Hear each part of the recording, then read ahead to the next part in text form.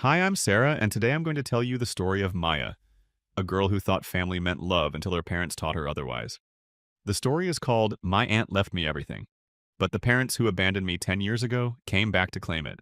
I'm sitting in this enormous house right now trying to make sense of how my life flipped upside down in just a few days. My aunt's funeral feels like it happened in slow motion, and yet everything after has been a blur.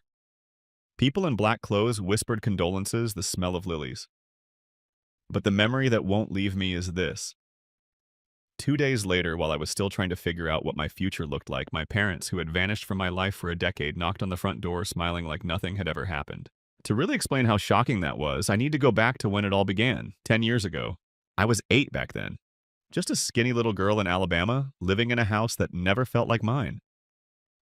My brothers Lucas, 14, and Ethan, 15, were the stars of the family. My parents Richard and Elena revolved their entire lives around them. Football games, new cleats, private tutoring, everything was for the boys. Me, I was background noise, fed, clothed, sure, but never seen. I learned early to keep myself busy reading in my room, doodling in notebooks, or just waiting for bedtime. At 8 years old, you don't always understand what's wrong, but you can feel it. One night in July, the air was so sticky hot I couldn't sleep. I tiptoed downstairs for water and froze when I heard my parents whispering in the living room. "We can't keep this up." "Rich," my mom murmured. "The mortgage is drowning us, and if you lose hours again at the plant—" "I know," Lena Dad interrupted, his voice tight. "But 3 kids, it's too much. We can barely afford the boys' fees, let alone college for all 3. Something's got to give." The clink of ice in a glass? Silence. Then Mom's words that carved themselves into me. "Maybe your sister can take her. She's alone out there in Arkansas. She always asks about the kids. It could solve things." I didn't understand the full weight of it then. I just remember clutching my glass of water, heart pounding, feeling like the air had been sucked out of the room. A month later, school ended, and instead of a family trip, I was told we were driving to Arkansas to visit Dad's sister. My brothers got to stay behind for summer football camp. I sulked in the back seat, both dreading and curious about meeting this mysterious aunt. When we finally pulled into a long driveway, I stared wide-eyed at a house that looked like it belonged on TV, tall white pillars, sprawling yard, even a fountain. That was the first time I saw Aunt Caroline. She was taller than Dad, with silver-streaked hair, tied back neatly, wearing dark slacks and a pressed blouse. Her eyes were sharp, but when she smiled at me, they softened. "So, this is Maya," she said, kneeling slightly so we were eye level. "I've been waiting a long time to meet you." It felt strange, like she actually saw me. Inside, we sat in a living room filled with gleaming wood furniture and polished glass vases. I still remember the faint smell of lemon polish and the ticking of a grandfather clock. My parents made small talk with Aunt Caroline over iced tea.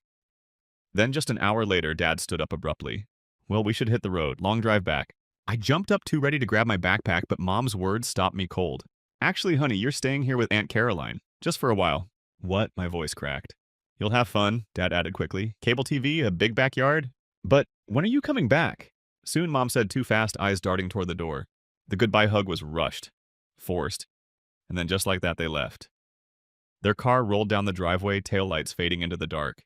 I stood frozen, clutching the doorframe, not fully processing what had just happened. Aunt Caroline touched my shoulder gently. "Come on, sweetheart, let's get you settled." The room she gave me was bigger than my entire old bedroom, with a canopy bed and windows that opened onto a pool and garden. Under any other circumstances, I would have been thrilled. Instead, I felt a knot in my stomach that wouldn't go away. That first week was confusing. Aunt Caroline took time off work, showed me around, asked me questions about school and friends. She actually listened when I answered. No one had ever done that before. But as the days ticked by, I started asking her the same question over and over. "Did Mom or Dad call yet?" She always shook her head softly. "Not yet, Maya, but I'm sure they will soon." They didn't. Not that week. Not the next. By the end of the month, school was about to start again in Alabama. I panicked. "Aunt Caroline, I need to go home. School starts in 2 weeks." She set her coffee cup down carefully, then met my eyes. "Maya, we need to talk." My chest tightened. "They're coming back, right?" She took a deep breath. "No, sweetheart. They're not. Your parents decided they can't take care of you anymore. They've given up their rights. I've adopted you. You'll live with me now." I can't describe what that felt like. Like someone had pulled the floor out from under me. Even though my parents weren't affectionate, they were supposed to be mine. Parents don't just hand you off. And I cried until I had no tears left. For 3 days, I barely ate. Aunt Caroline sat with me silently, handing me tissues, never telling me to get over it. She just let me feel it. On the 4th day, something shifted inside me. If my parents didn't want me, then I didn't want them either. That was the day my new life began. And yet, even as I tried to build that life, a part of me always carried the memory of that driveway the moment they drove away without looking back. I didn't know then that 10 years later they'd return, not with love, but with greedy smiles. For the first time in my life, I felt like someone actually wanted me. Aunt Caroline didn't just feed me and send me to school, she paid attention. She asked about my day and then listened, really listened to the answer. It was such a small thing, but for me it was everything. She enrolled me in the local elementary school. I was terrified that first morning, clutching my backpack like a shield. But the class sizes were smaller than back in Alabama, and the teachers seemed to know every student by name. By the second week, I'd made my first real friend, a bubbly girl named Leah who lived 3 houses down. Leah invited me over constantly, and her mom treated me like part of the family. It was strange at first. I wasn't used to people remembering what I liked or saving me a seat at dinner, but little by little I let myself relax into it. At home, Aunt Caroline created routines that made life feel steady. We cooked together on weeknights, usually something simple like pasta or stir-fry. On weekends, we'd watch old black and white movies. She'd laugh at my dramatic reactions and tell me stories about her childhood with my dad. The stories always surprised me. She'd describe him as a mischievous little boy constantly getting into trouble, but charming enough to escape punishment. I never understood how that boy turned into the man who left his daughter behind. Aunt Caroline never said a bad word about him, but she didn't glorify him either.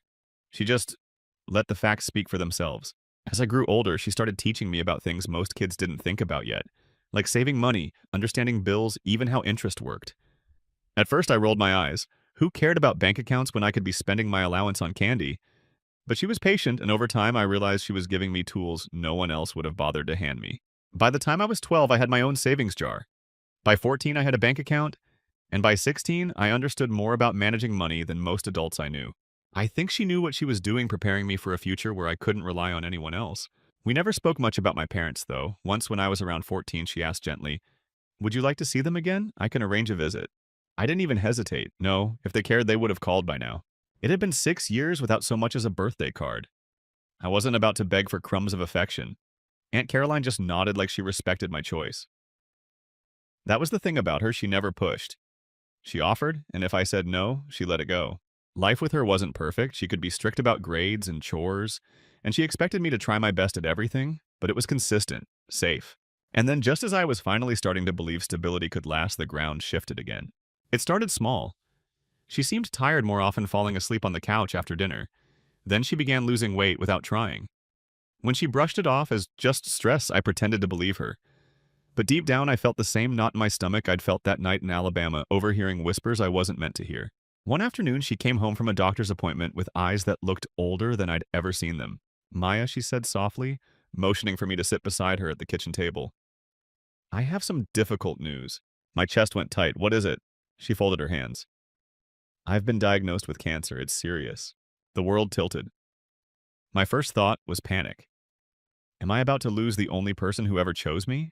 The months that followed blurred together in cycles of hospital visits, chemotherapy, and days when she was too sick to get out of bed. I learned how to cook meals that weren't just pasta. I cleaned the house, drove her to appointments once I got my license, and tried to keep up with school at the same time.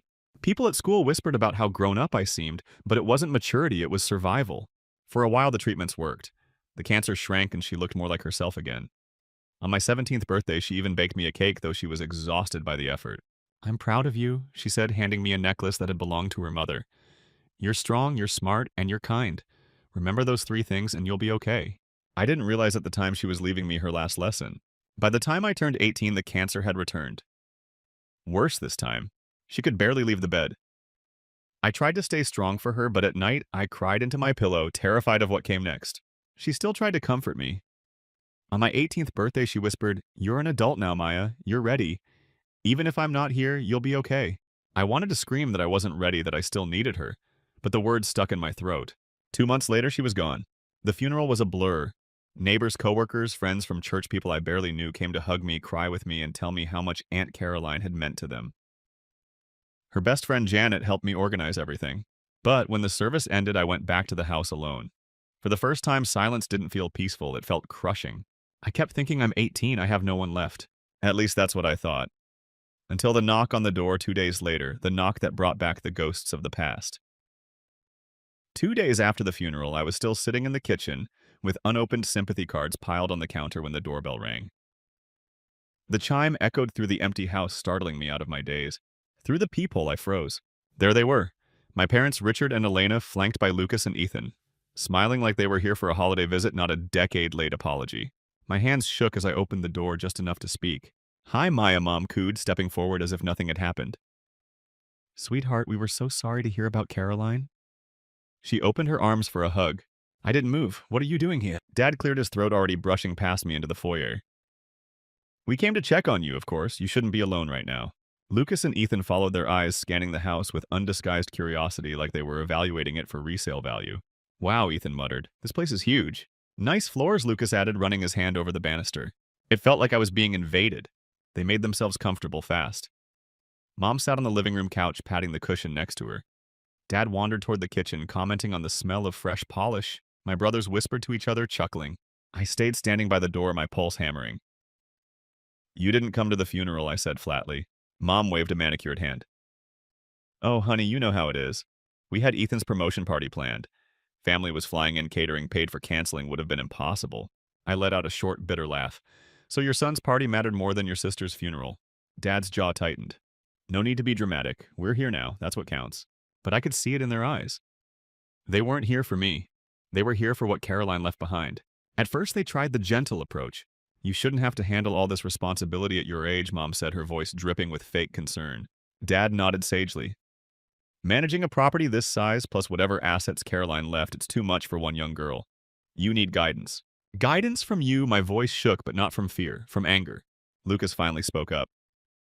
"Come on, Maya. You're barely 18. This house alone has to be worth, what, $1 million. Not to mention the money." He gave me a smirk. "That's a lot for someone with no experience." And there it was. The mask slipped. I tried to stand tall, though my legs felt like jelly. "Caroline left everything to me. It's not your concern." Dad's face darkened. "As her brother, I have a right to part of the estate." "No," I said quietly. "You don't." Ethan leaned back in his chair, smirking. "You really think you can handle all this alone? College bills, taxes? Don't be naive." Mom sighed dramatically. "Sweetheart, we're your parents. You're legal guardians. That means we're responsible for your inheritance too." I clenched my fists. "You lost that right when you signed me away." Silence. Just for a beat. Then Dad chuckled low and condescending. "You don't know the law, Maya. In Alabama, you're not an adult until 19. You're still under our authority, which means..." He gestured around at the house. "This, all of this, we'll manage it." My chest went cold. For a second, I almost believed him. Then I remembered the card Caroline's lawyer, Mr. Graham, had pressed into my hand at the funeral. "Call me if you ever need anything, Maya. Don't hesitate." I needed him now. Excusing myself, I slipped into Caroline's study and shut the door. My hands trembled as I dialed the number.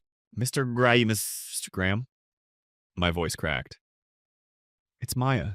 My parents are here. They're saying they're still my guardians and that they control the estate. They won't leave." His tone was calm, firm. "Don't sign anything. Don't agree to anything.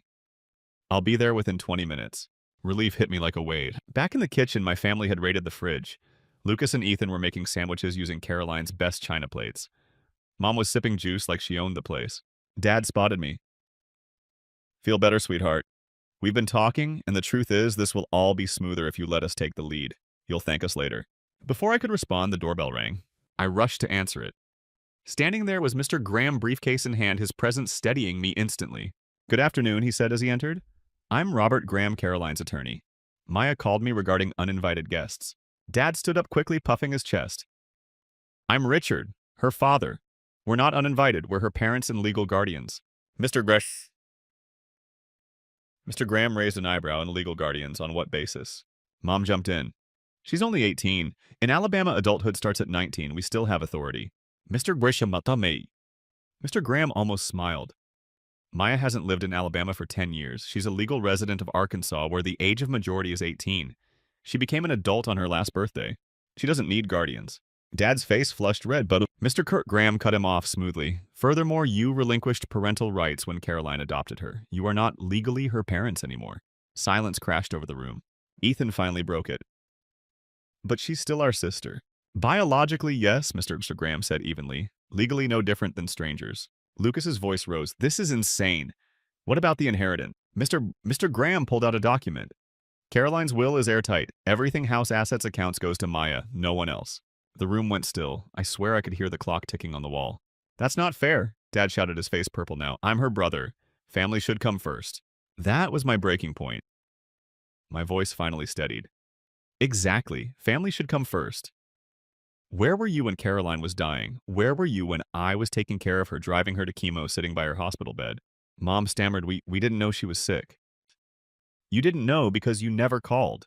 Not once. 10 years of silence. And now you show up after the funeral, talking about responsibility. Mr. Graham closed his briefcase. You need to leave, now, or I'll call the police and file harassment charges. Dad slammed his fist on the table. You'll regret this, Maya. But they left. I stood at the window watching their car disappear down the driveway. My hands were still shaking, but for the first time I felt something I hadn't in days. Power. The house was finally quiet again after they left, but my body was still buzzing like I'd run a marathon. I kept replaying Dad's words. You'll regret this. It wasn't a threat shouted in anger, it was a promise. Mr. Graham didn't sugarcoat things either. As he closed his briefcase, he said, Maya, people who think they're entitled to money don't give up easily. Expect more contact. Don't respond. Save everything. We'll build a record. I nodded even though my stomach churned. You really think they'll come back? He looked me straight in the eye. I know they will. He was right. The very next morning, my phone buzzed with a call from an unknown number. Against my better judgment, I answered. Maya, Mom's voice crackled through the speaker, already breaking into sobs. Honey, we made a mistake. We should have been there for you. Can we just talk, please? I hung up. My hands shook as I placed the phone on the counter. 10 minutes later, another number lit up the screen. This time, it was Lucas. Look, Maya, he said, voice casual, like we were siblings who had just argued about chores. You've got all this money sitting there, and I've got plans. A real business idea. Just a small investment to help me get started. It'd be like family helping family, you know. I hung up again. By the end of the day, I had 6 missed calls. It didn't stop there. Every day brought more numbers, more voicemails. I started saving them like Mr. Graham had instructed. Ethan's voice came one night, slick and self-assured. You don't need all that cash, sis.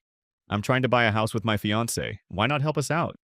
Caroline would have wanted family to stay together. Another day, Dad's deep, commanding tone. We've been too soft with you. Stop being ungrateful and hand over what rightfully belongs to this family. If you don't, we'll take legal action. The worst were Mom's calls. She alternated between sobbing apologies and guilt trips. Do you really want to cut us out forever? We're your parents.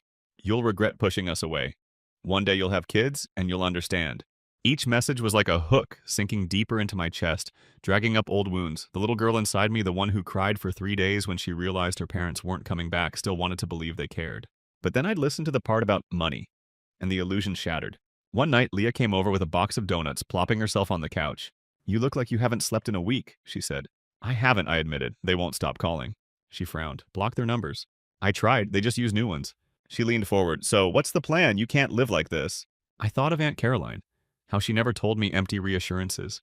How she always taught me to face reality even when it was hard. I'm documenting everything I said finally. Mr. Graham is building a case. Leah's eyes widened. Like a restraining order. Exactly. Saying it out loud steadied me. I wasn't powerless. I had choices. The calls escalated over the weeks. Sometimes it was anger. You're destroying this family, Maya, Dad barked in one voicemail. After everything we sacrificed, you owe us. Other times it was desperation. Please, Maya, Mom whispered in another. We're drowning. The house needs repairs and your brothers are struggling. Don't let pride stop you from helping your family. I learned to recognize the manipulation for what it was, recycled lines meant to guilt me into compliance. And every time I saved the message, date time transcription. One night while scrolling through the recordings, I paused on one from Lucas. You know what, Maya? Maybe Caroline made you think you're better than us? But you're still that unwanted little girl Mom and Dad dropped off. Don't forget that. You'll come crawling back. I sat, frozen tears blurring my vision. The words pierced deeper than I wanted to admit. But instead of collapsing, I opened my journal, the one Aunt Caroline gave me when I was 15. On the first page, she had written, Don't let anyone else write your story. Not even me. This pen belongs to you. So I wrote down Lucas's words not as truth, but as evidence. And then I wrote my response, I am not unwanted. I am chosen. At the end of the month, I sat in Mr. Graham's office, a neat folder of recordings and messages between us. He skimmed through the pages, nodding. This is enough, he said. We'll issue a cease and desist letter immediately. If they keep pushing, we'll take it to court and get a restraining order. I exhaled the first real breath I'd taken in weeks. Do you think they'll stop? He gave a thin smile. People like your parents, they usually stop once they realize the law isn't on their side. But even if they don't, you're not alone. You've done everything right. Not alone, those words clung to me. The letter went out. For 2 long weeks, silence filled the space where their harassment had been. No buzzing phone, no guilt-soaked voicemails. For the first time since Caroline's death, I slept through the night. Leah came by with takeout one Friday, and we sprawled across the couch watching a bad reality show. At one point, she nudged me. "You're different, she said. "Different how? Stronger. I mean, you've always been responsible, but now, it's like you're not just surviving anymore. You're standing your ground." I thought about it. She was right. A year ago, I would have crumbled under my parents' manipulation. But now I saw their tactics for what they were. But deep down, I couldn't shake the unease. Mr. Graham had warned me people who think money is theirs don't always give up. And as much as I wanted to believe it was over, a voice in the back of my head whispered, "They'll be back. They always come back." For 2 blessed weeks, the silence held. No buzzing phone, no guilt-drenched voicemails. I almost let myself believe it was over. But then on a Thursday night, I pulled into the driveway after class and noticed something strange. The porch light was on. I hadn't left it that way. My heart thudded as I stepped inside. The faint smell of cologne my father's hung in the air. And then I saw 2 of Aunt Caroline's crystal vases missing from the mantel. I dropped my bag and ran upstairs. My bedroom was untouched, but drawers in Caroline's study had been rifled through. Papers scattered across the desk like someone had been searching for documents. They had been here. I called Mr. Graham immediately. He answered on the second ring. "They broke in," I whispered, clutching the phone with shaking hands. "I can smell Dad's cologne. Stuff is missing." "Stay outside," he ordered firmly. "Don't touch anything. I'll call the police right now. Wait in your car until they arrive." Sitting in my car, headlights off, I wrapped my arms around myself. The once safe house felt like a trap. My parents hadn't just crossed a line, they'd shattered it. The police came within 15 minutes, lights flashing across the yard. An officer dusted the mantel for prints. Another took notes as I described the missing items. "Any idea who might have done this?" the officer asked. I hesitated, then forced the words out. "My parents. They've been harassing me for weeks. They think they're entitled to my aunt's estate." The officer's brows furrowed. "Parents? You're saying your biological parents?" "Yes, they gave me up 10 years ago, but now they're back, and they won't leave me alone." He scribbled more notes. "We'll open a report. Do you have legal counsel?" "Yes," I said quickly, "and he already knows everything." The officer gave a short nod. "Good. Keep documenting everything. If they set foot on this property again, call us immediately." That night, I barely slept. Every creak of the house sounded like footsteps. Every car that passed outside made my stomach knot. By morning, the fear hardened into something else, anger. They had turned the one place that felt like mine into a battlefield. I wasn't going to let them win. Sure enough, the calls resumed, this time nastier. "Dad, you called the cops on us after everything we've done for you? You're our daughter. This is our house." "Mom, we just wanted a few keepsakes, Maya. Caroline would have wanted us to have something. How could you humiliate us like that?" "Lucas, enjoy your little victory, but you'll regret it when you're drowning in bills. You can't handle this alone." "Ethan, better think twice about dragging this through court. You don't want the family name dragged through the mud, do you?" Each voicemail felt like they were tightening a noose around me. But instead of deleting them, I saved every single one. Evidence. Leah noticed how tense I'd become. One afternoon, she caught me staring blankly at the untouched dinner on my plate. "You're shaking," she said softly. "I can't keep doing this," I whispered. Every time I close my eyes, I see them in the house, touching Caroline's things, laughing. Leah grabbed my hand. "Then stop playing defense. Fight back." Her words lit something inside me. For so long, I'd been reacting, crying, hiding, waiting. But maybe it was time to be proactive. The next day, I met with Mr. Graham in his office. "They broke into the house," I said flatly. "They won't stop calling. What can we do to end this?" He leaned back, steepling his fingers. "We'll file for a restraining order. With the evidence you've collected, the police report, and the voicemails, the case is strong. And if they ignore it, then we escalate to criminal charges. Harassment, trespassing, even attempted theft. The law is on your side, Maya, but you need to be prepared. Familial ties complicate everything. They'll try to play the poor parents card in court." I nodded. Let them. I'm done being their victim. Filing the paperwork felt surreal. Reading my own words on the affidavit, harassment threats break-in, made it real in a way I couldn't take back. But it also felt like freedom. For once, I wasn't just surviving their manipulation. I was fighting it. Of course, my parents didn't take it quietly. The day after they were served the restraining order, my phone buzzed again. This time a blocked number. Against my better judgment, I picked up. "You think a piece of paper will stop us?" Dad's voice snarled. "We're your blood. That lawyer of yours can't erase that. You'll see us again sooner than you think." He hung up before I could respond. My hand trembled as I set the phone down, but my resolve didn't waver.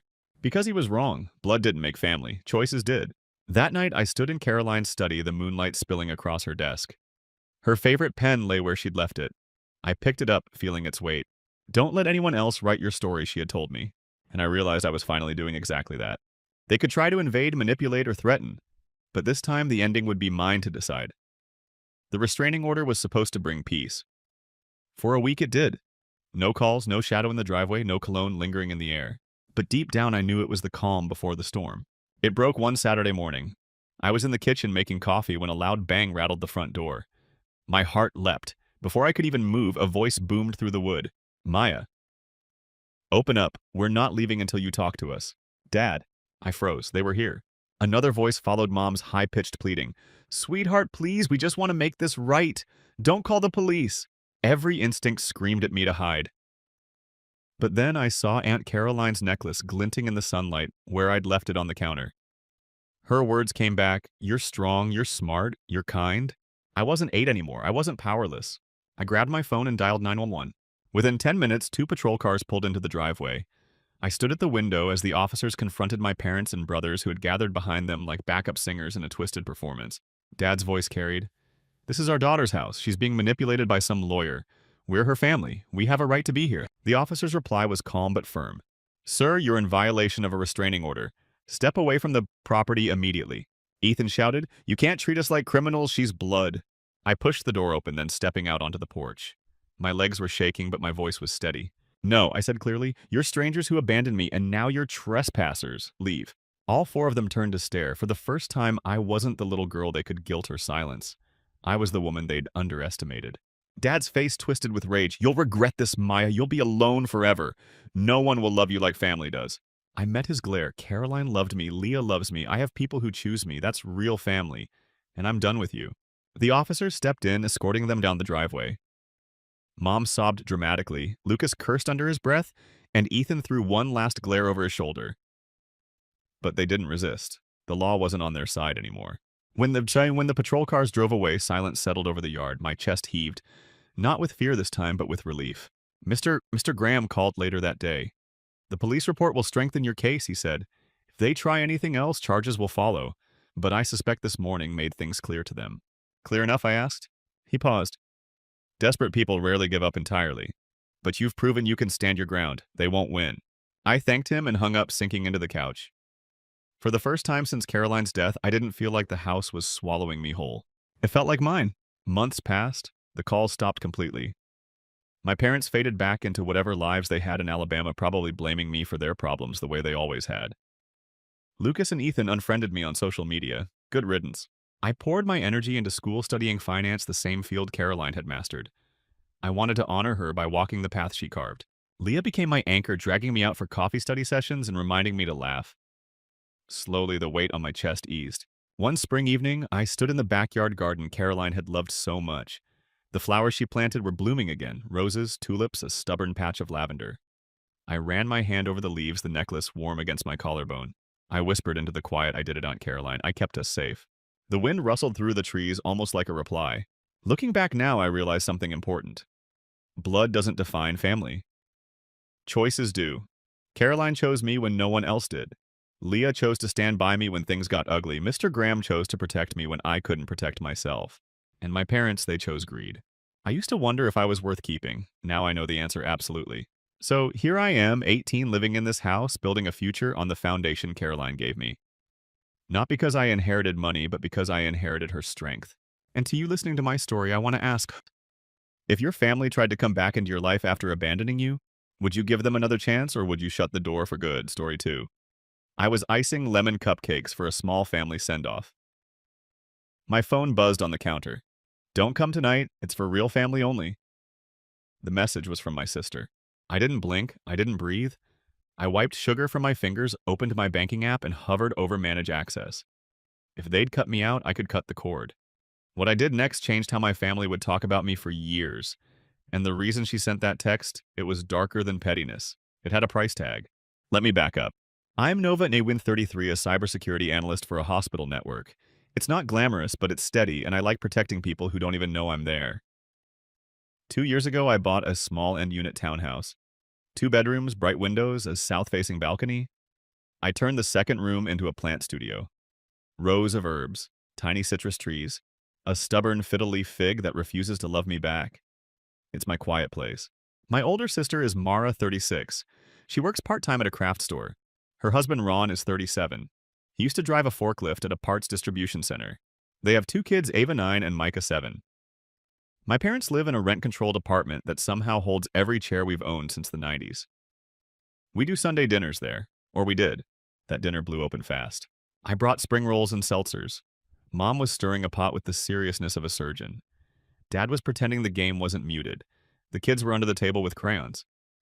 Mara didn't hug me. Ron didn't nod. The room felt like a storm holding its breath. "What's going on?" I asked. Mara looked at me like I was the weather that ruined her picnic.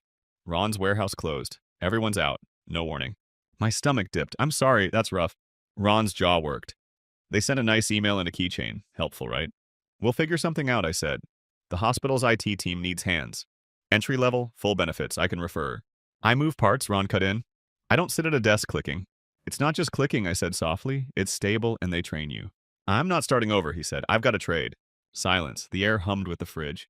Mara folded her arms. "Until Ron lands something in his field, you'll help. 2,100 a month covers rent and food." I choked on seltzer. "Every month." "You don't have kids," she said. "You bought a house. You have savings. This is what family does." I kept my voice calm. Family also takes the job that's offered. "Don't talk to my husband like he's lazy," she snapped. "I'm offering a solution," I said, not an insult. Mom stepped in wooden spoon like a scepter. "Nova, your sister's right. You're strong. They need you. You know how hard things are." Dad stared at his hands. Heat climbed my neck. "I won't fund choices," I said. "I'll help with work. I won't pay to keep someone unemployed." Ron stood. His chair scraped the vinyl. "We're leaving." Ava and Micah peered at me as if I'd broken something pretty. Mara guided them to the door, not looking back. Mom sighed like I'd failed a test. I carried the untouched spring rolls home. The next 2 weeks were quiet for the first time in years. No, "Hey, can you spot us?" till Friday texts. No surprise bills sliding into my lap. I went to the gym after work. I finally repotted the basil. I slept. Then I got a call. It was a Tuesday, late. I almost let it go to voicemail. Mara's voice was flat, not angry, just brittle. "We found Ron a job." "Where?" "Austin. Custom metal workshop. His friend moved there. Good money. He can start next week, if we can get there." Here it came. "How much do you need?" She didn't blink. 7,600. Truck, deposits, God's food till the first check. "If you helped this one last time, we'll be set. We won't need you again." I stared at the plant leaves shining under the grow light. Peace had a number. "If I do this," I said, "it's a one-time transfer. No more. You're responsible from then on." Of course, her yes came too fast. "You'll save us." I asked about the job. She said solid shop union track benefits. Ron said real work, real pay in the background, loud enough for me to hear. I opened a separate account at my bank. I transferred $7,600. I set up online access. I sent her the login. She called giddy. "We're actually doing this, Nova, and I didn't think you'd come through." It stung. I always come through. That's the problem. One more thing, she said. "Our credit's messy after the layoff. Could you co-sign a lease?" "Just a formality. We'll take you off once we're settled." My ribs tightened. I should have said no. I should have told her to call the shop and ask for an employer letter. Instead, I called a realtor friend in Austin. We did everything online. Video tour, application, deposit, my signature. It took a day. I watched DocuSign confetti and felt a tiny flare of hope. Maybe this was the clean ending. Help them leave, reclaim my life. Mom wanted a farewell dinner, Friday night, potluck. "We'll invite everyone," she said. "We'll pray for the road." I bought a cake stand. I baked cupcakes with lemon curd centers. I wrote a card for the kids with a little Texas sticker pack. I was excited. A goodbye on good terms is still a goodbye. At the hospital, between fishing simulations and a busted badge printer, my phone buzzed over and over. I silenced it. I finished a ticket. I washed my hands. I checked my screen. "Don't come tonight. It's for real family only. People who support each other." The text sat there like a stain. I called. She answered on the second ring. "What is this?" "It says what it says," she replied. "I just wired you every dollar you asked for," I said. "I signed your lease." "You did that because you want us gone," she said. Voice cool. "You're embarrassed by us. You refuse to help monthly like a real sister, so don't pretend you care." I swallowed, burning. "I offered Ron a job with benefits. You turned it down." "I helped you move so your kids could have stability." "You helped because you envy me," she said, almost bored. "You're alone in a plant store with a mortgage. I have a family. Tonight is for people who show up." She hung up. I stood in the break room staring at the microwave clock. 5:12. I wasn't going to cry at work. I pressed my thumb on my phone. I opened the transfer history. The money was still mostly there. A truck deposit had posted, gas hadn't, groceries hadn't, the balance was real. So was my anger. I removed her access to the account. One tap, confirm. I texted my realtor friend. Urgent. Can we unwind the Austin lease family situation changed? She sent the landlord's number and told me to be honest. He was kinder than he needed to be. Happens more than you think, he said. I'll refund the deposit. I sat at my kitchen table. Cupcakes cooling, phone face down. The house hummed steady as a heartbeat. It felt like the first true boundary I'd set since I was old enough to pay my own bills. The pounding rattled my peephole. A child's voice whispered.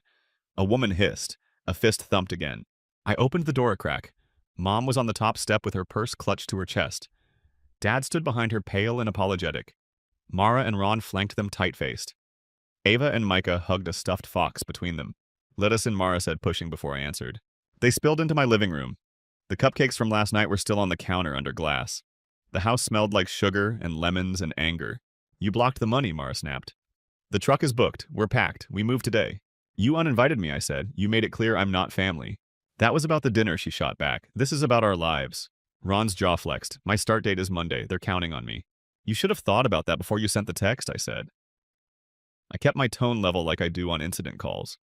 Also, the lease is canceled. The deposit is returning to me. Mara blinked. You what? I told the landlord the situation changed. He released it. Mom's eyes filled. Nova, sweetheart, this is cruel. Cruel was telling me I don't belong, I said. Cruel was taking my money and my signature and slamming a door in my face. Dad raised a palm. Maybe we can all take a breath. Ron stepped toward me, shoulders squared. You enjoy power too much. I enjoy boundaries, I said. There's a difference. Ava tugged Mara's sleeve. Mom, can we go? Micah hid behind the fox. Their small voices stung more than the shouting. Mara swept an arm at my house. You get to live like this because you don't share. Because you hoard. You think helping once lets you judge forever. I walked to the kitchen, lifted the glass dome, and moved the cupcakes aside. It gave my hand something to do. It also gave me a second to pick calm over fire. When Ron's warehouse closed, I said I offered him a job. Real pay. Benefits. He said no. You asked for ongoing money. I said no. You found a move that could work. I funded it. You closed the door. I protected myself. You did it to humiliate us, she said. No, I said. I did it because I refused to be treated like a wallet with legs. Ron's fists clenched. Turn it back on. We go today. No, I said. He took a step. The old floorboard groaned. The fox squeaked. My neighbor Keon appeared at the open doorway like a calm warning. He's a paramedic. He lives 2 doors down. He jogs at sunrise and returns packages when the delivery guy gets lazy. He must have heard the noise. You folks okay? He asked, eyes on Ron, tone light but edged. I heard shouting. We're fine, I said. Mara's mouth thinned. This is family business. Keon nodded easy. Cool. Just wanted to make sure nobody needs an ambulance or a cop. Ron exhaled through his nose and stepped back. Keon's presence changed the math. Mom turned to me with the spoon voice she uses when I'm 5. Please, your sister is desperate. We gave notice on their place. You told me I'm not invited because I'm not real family, I said. You don't get to pull the family lever now. Dad rubbed his forehead. We can't have them on the street. They won't be, I said. They can stay with you for now. That landed harder than I meant it to. But it was true. Mara laughed once ugly. You want to trap us here. You want us begging. No, I said. I want out of the cycle where I fix you take, and then you point at my life and call it empty. Ron looked around my living room like he was inventorying it for resale. His eyes snagged on the TV, the laptop on the coffee table, the healthy plants. You got all this because nobody drains you. I got this because I work double shifts and automate myself out of sleep, I said. Also because I don't buy things I can't afford and then ask you to cover them. Mom winced. Mara bristled. Dad checked the door like leaving was an option, but not yet. Fine, Mara said. Keep the money, keep the lease, keep your cupcakes. You're going to regret this when people hear what you did. People already heard what you did, I said. I pulled my phone from my pocket and raised the screen. The text glowed like a billboard. Don't come. It's for real family only. I looked at Mom. That was your plan. Exclude me and still expect access. Mom flinched. You weren't supposed to see that. I was the target, I said. I saw it fine. Keon shifted his weight. If everyone's done, maybe best to cool off. It's a Saturday. Mara planted herself on my sofa. I'm not leaving till you fix this. Then I'm calling 911, I said. I won't argue. I won't explain. I'll just ask strangers to remove you from my home. We stared at each other. The kid's fox squeaked again. Micah's lip trembled. Ava whispered, "Mom." Mara stood. She brushed past me hard enough to make me step back. "This isn't over," Ron muttered. "You'll hear from a lawyer. He won't. He can't afford one. But threats feel like control." Dad squeezed my shoulder as he passed. "I'll call later," he murmured. I didn't say yes. Mom wiped her eyes and wouldn't meet mine. She shepherded the kids toward the door with little sounds gentler than her words for me had been. The door shut. The quiet snapped back. Keon lingered a beat. "You go." "I'm okay," I said. My voice didn't shake. That felt new. "Thanks." "Anytime." He pointed 2 fingers. "Text me if they circle back." He left. I locked the door. The house sighed. I set the cupcakes back under glass and made coffee I didn't want. My hands trembled anyway. My phone buzzed. Not Mara, not Mom. A name I barely recognized, Tess Delgado. We'd gone to high school together. She works at a thrift shop. She's also in one of those moms' Facebook groups where news spreads faster than the flu. Her message was a single line, "You should see this." Then a screenshot arrived. A post from Mara in a private group. I read it twice to make sure I wasn't misreading. Update. "We finally got the dollar from my sister and she signed the lease, LOL. She didn't even read it. Party tonight for our real family. Don't tell her. She's being dramatic and tried to push Ron into some basement IT job. We'll use the rest for a few things we need before Austin TV finally. She'll never know." Below it were comments. Laughing emojis. "Yas, take it. She owes you for being child-free." One person tagged Tess and said, "You coming tonight?" That must be how the screenshot found me. I stared at the TV finally line until the words blurred. There it was. The plan laid out like a shopping list. The party wasn't a goodbye, it was a victory lap. My chest went cold, then hot. I wasn't crazy. I wasn't cruel. I had read the situation exactly right. I typed Tess a thank you. She responded with a second screenshot. A reply from Mara under her own post. "We'll take Nova off the lease later, but we need her on it now. If she gets weird, we'll wait 6 months. Landlords never remove co-signers." I closed my eyes. The lemon scent from the cupcakes turned metallic. The relief of yesterday hardened into something sharper. I hadn't just protected my bank account. I had dodged a trap. My phone buzzed again. This time it was Kira from Work My Anchor, the one who always shows up with soup when the flu hits and with blunt truth when I lie to myself. I'd texted her a short version last night. She'd sent a string of knives and shields emojis. "You home," she wrote. "Yeah," I typed. "They came. It was ugly." "Want company and caffeine?" she asked. "Yes," I wrote. "Please." 10 minutes later, she was at my table with iced lattes and a paper bag of bagels. I told her everything. The knock, the threats, the screenshots. Kira scrolled face tight.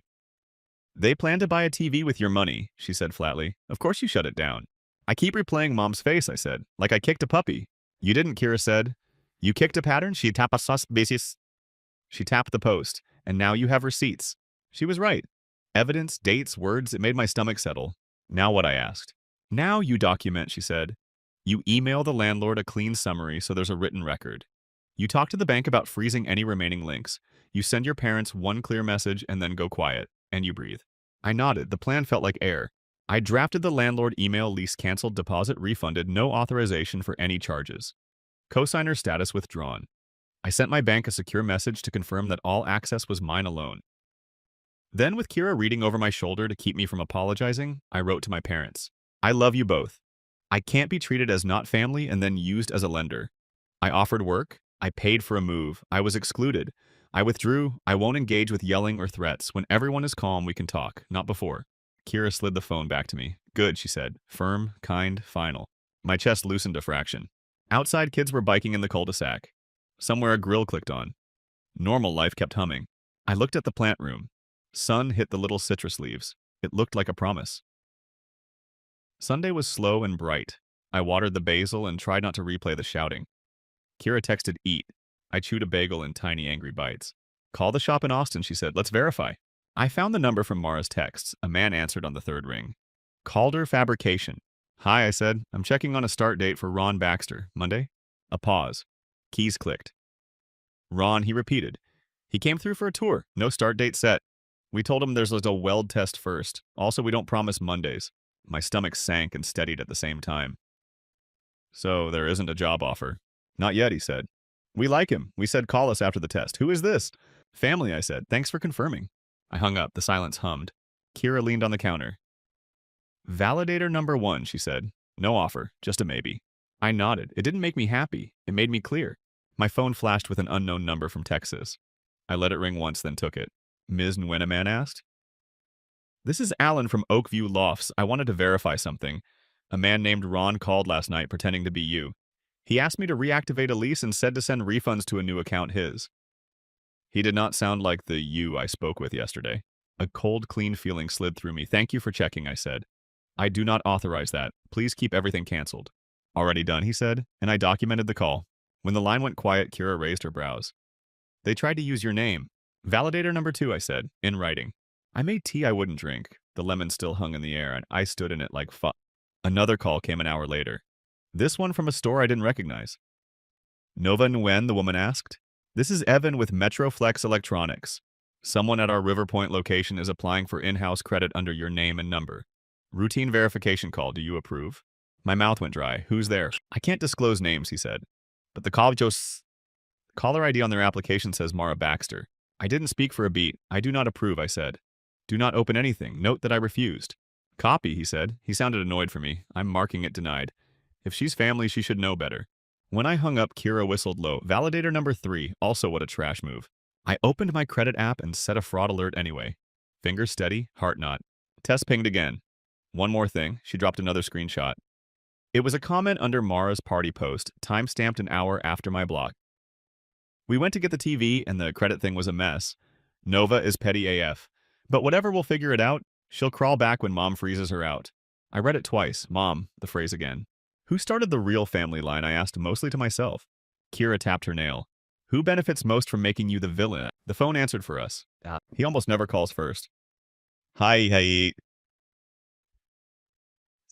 He exhaled. I told your mother I wouldn't call, but here I am. I waited. I don't like what happened, he said. We were wrong to exclude you. I should have said that yesterday. Your mother, your sister? They decided the real family thing. They thought it would force you to pay monthly. They thought you'd beg to be let back in. They wanted leverage. It was ugly. I'm sorry. Heat surged up the back of my neck. Not anger. Relief that matched the hurt. Thank you for telling me, I said. He kept talking, words spilling like he'd been holding his breath for days. Mara told your mother you owe her because she gave us grandkids. Your mother ran with it. She told Aunt Lynn. Aunt Lynn told half the prayer circle. You know how it goes. I do, I said. The kids heard everything, he added, voice breaking a little. Ava asked last night why Aunt Nova's card didn't work at the store. I told her you don't owe us a TV. She looked confused. Micah cried. I don't want them in the middle. Neither do I said. They're not props. I know, he said. Nova, take care of yourself. I'll try to talk to your mother when she's calmer. We hung up. My hands shook, then not from fear, but from the fact that I finally had someone inside the room telling me what the room looked like. Kira squeezed my shoulder. There's your revealer, she said softly. And it hurts, but it's truth. I nodded. I copied the fraud alert confirmation into a folder. I saved the store denial email that arrived a minute later. I wrote a timeline with dates and times. It looked like a work incident report, unauthorized attempt to open credit at 11:32 a.m. Impersonation call to landlord at 9:08 a.m. Social posts boasting at 7:13 p.m. prior. Turn it into a file you can send if you need to, Kira said. Then step away. I tried. I stood on the balcony and watched sun slide over the parking lot. Someone's chihuahua yelled at a leaf. Normal was ridiculous and beautiful. My phone buzzed with a text I didn't expect. Ava, Aunt Nova. Can we see your plants? There was a selfie attached, her and Micah squished together, eyes big fox between them. I stared at it. Did you give Ava your number? Kira asked. I always text birthdays, I said. They saved me. Take it, she said, but meet in public. We met at the little park down the block. Keon was outside washing his car. I waved and he tipped the hose like a salute. I liked the idea that another adult saw us leave. My brain doesn't stop doing threat models. Ava ran ahead. Micah walked slow, holding the fox by its tail. Mom thinks you hate us, Ava said in a rush. Do you? No, I said. I love you very much. I'm upset with your mom and dad. That's different. Micah peeked up. Mom said you're the bank. I crouched to his height. I'm a person, I said, not a bank. Ava kicked gravel. She said you won't be invited to stuff until you learn. But I wanted to invite you anyway. Is that okay? My throat got tight. It's very okay. She pulled something from her backpack. My card? The Texas sticker pack I'd planned to hand them at the party. We found this in Grandma's hut, she said. I think she hid it. We took it. I opened the card. My handwriting felt like a letter from a less tired version of me, proud of you. Go swim every month. Eat spicy breakfast tacos. Send pictures. I hadn't crossed anything out. It was clean, hopeful. It hurt and soothed at the same time. Can I ask you a question? Ava said. Are we still moving? I don't know, I said. I didn't lie. That depends on your parents. She chewed her lip. Mom said you canceled the house because you're selfish. I canceled because you shouldn't live somewhere your mom put in my name, I said. That's grown-up stuff, but it matters. She nodded like she didn't understand and also like she understood too much, okay? Micah held out the fox. He wants to live near your plants, he said with grave sincerity. I bet he does, I said, taking his free hand instead. It was sticky with watermelon and dirt. Real life. We walked the loop twice. We talked about lizards and school lunch. Then Grandpa's sedan pulled into the lot. Dad got out looking sheepish. Your mother is asleep, he said. I told them I was taking the kids for ice cream. He looked at me. You're welcome to come? I'll pass today, I said. Thank you. He hesitated. Mara came by this morning with a paper for me to sign. It said you allowed her to use your name on other applications if needed. I told her no. She got mad. My jaw clenched. Send me a picture if you see it again, he nodded. They left in a swirl of car seat buckles and requests for sprinkles. I stood under a tree and let the shade cool my face. The ground felt solid under my sneakers. It helped. Back home, my email dinged with a new alert, new credit inquiry, rent-to-own warehouse River Point. Timestamp 20 minutes after Metroflex denied them. I stared at the line. The inquiry used a variation of my name. The address on it was my parents' apartment. It wasn't panic that lifted my hand to my chest. It was something sharper. Not fear, not fury. Focus. This was the moment my job and my life perfectly overlapped. Attack surface? Mitigation. I called the credit bureau, placed extended alerts, and started a dispute. I typed like I was at work, fast and exact. Kira read over my shoulder again. We should also lock down your mail, she said. P.O. Box. Forwarding? Anything that stops applications with your address. On it, I said. The list lengthened. Freeze P.O. Box password resets 2FA audit, new pins, USPS hold if needed. Check, check, check. My phone buzzed one more time. Unknown number. I let it go to voicemail. When it finished, I played it on speaker. Nova, it's Aunt Lynn, the voice said, crisp and tired. I don't like being pulled into this, but I will say it. Your mother is telling people you refuse to help. She leaves out the job. She leaves out the money. She adds drama. I told her to stop. She cried. I don't know who she is serving, certainly not the children. A sigh. If you need a witness, I will be one. I saved it, another brick in the wall. By dinner, I had a neat folder of facts and a deeper ache in my ribs. You can be right and still be sad. You can have proof and still want someone to wake up and choose you. The sun went down, the basil smelled green, my house hummed. Tomorrow would be part 4 whether I wanted it or not. Because tomorrow I wasn't waiting for another call.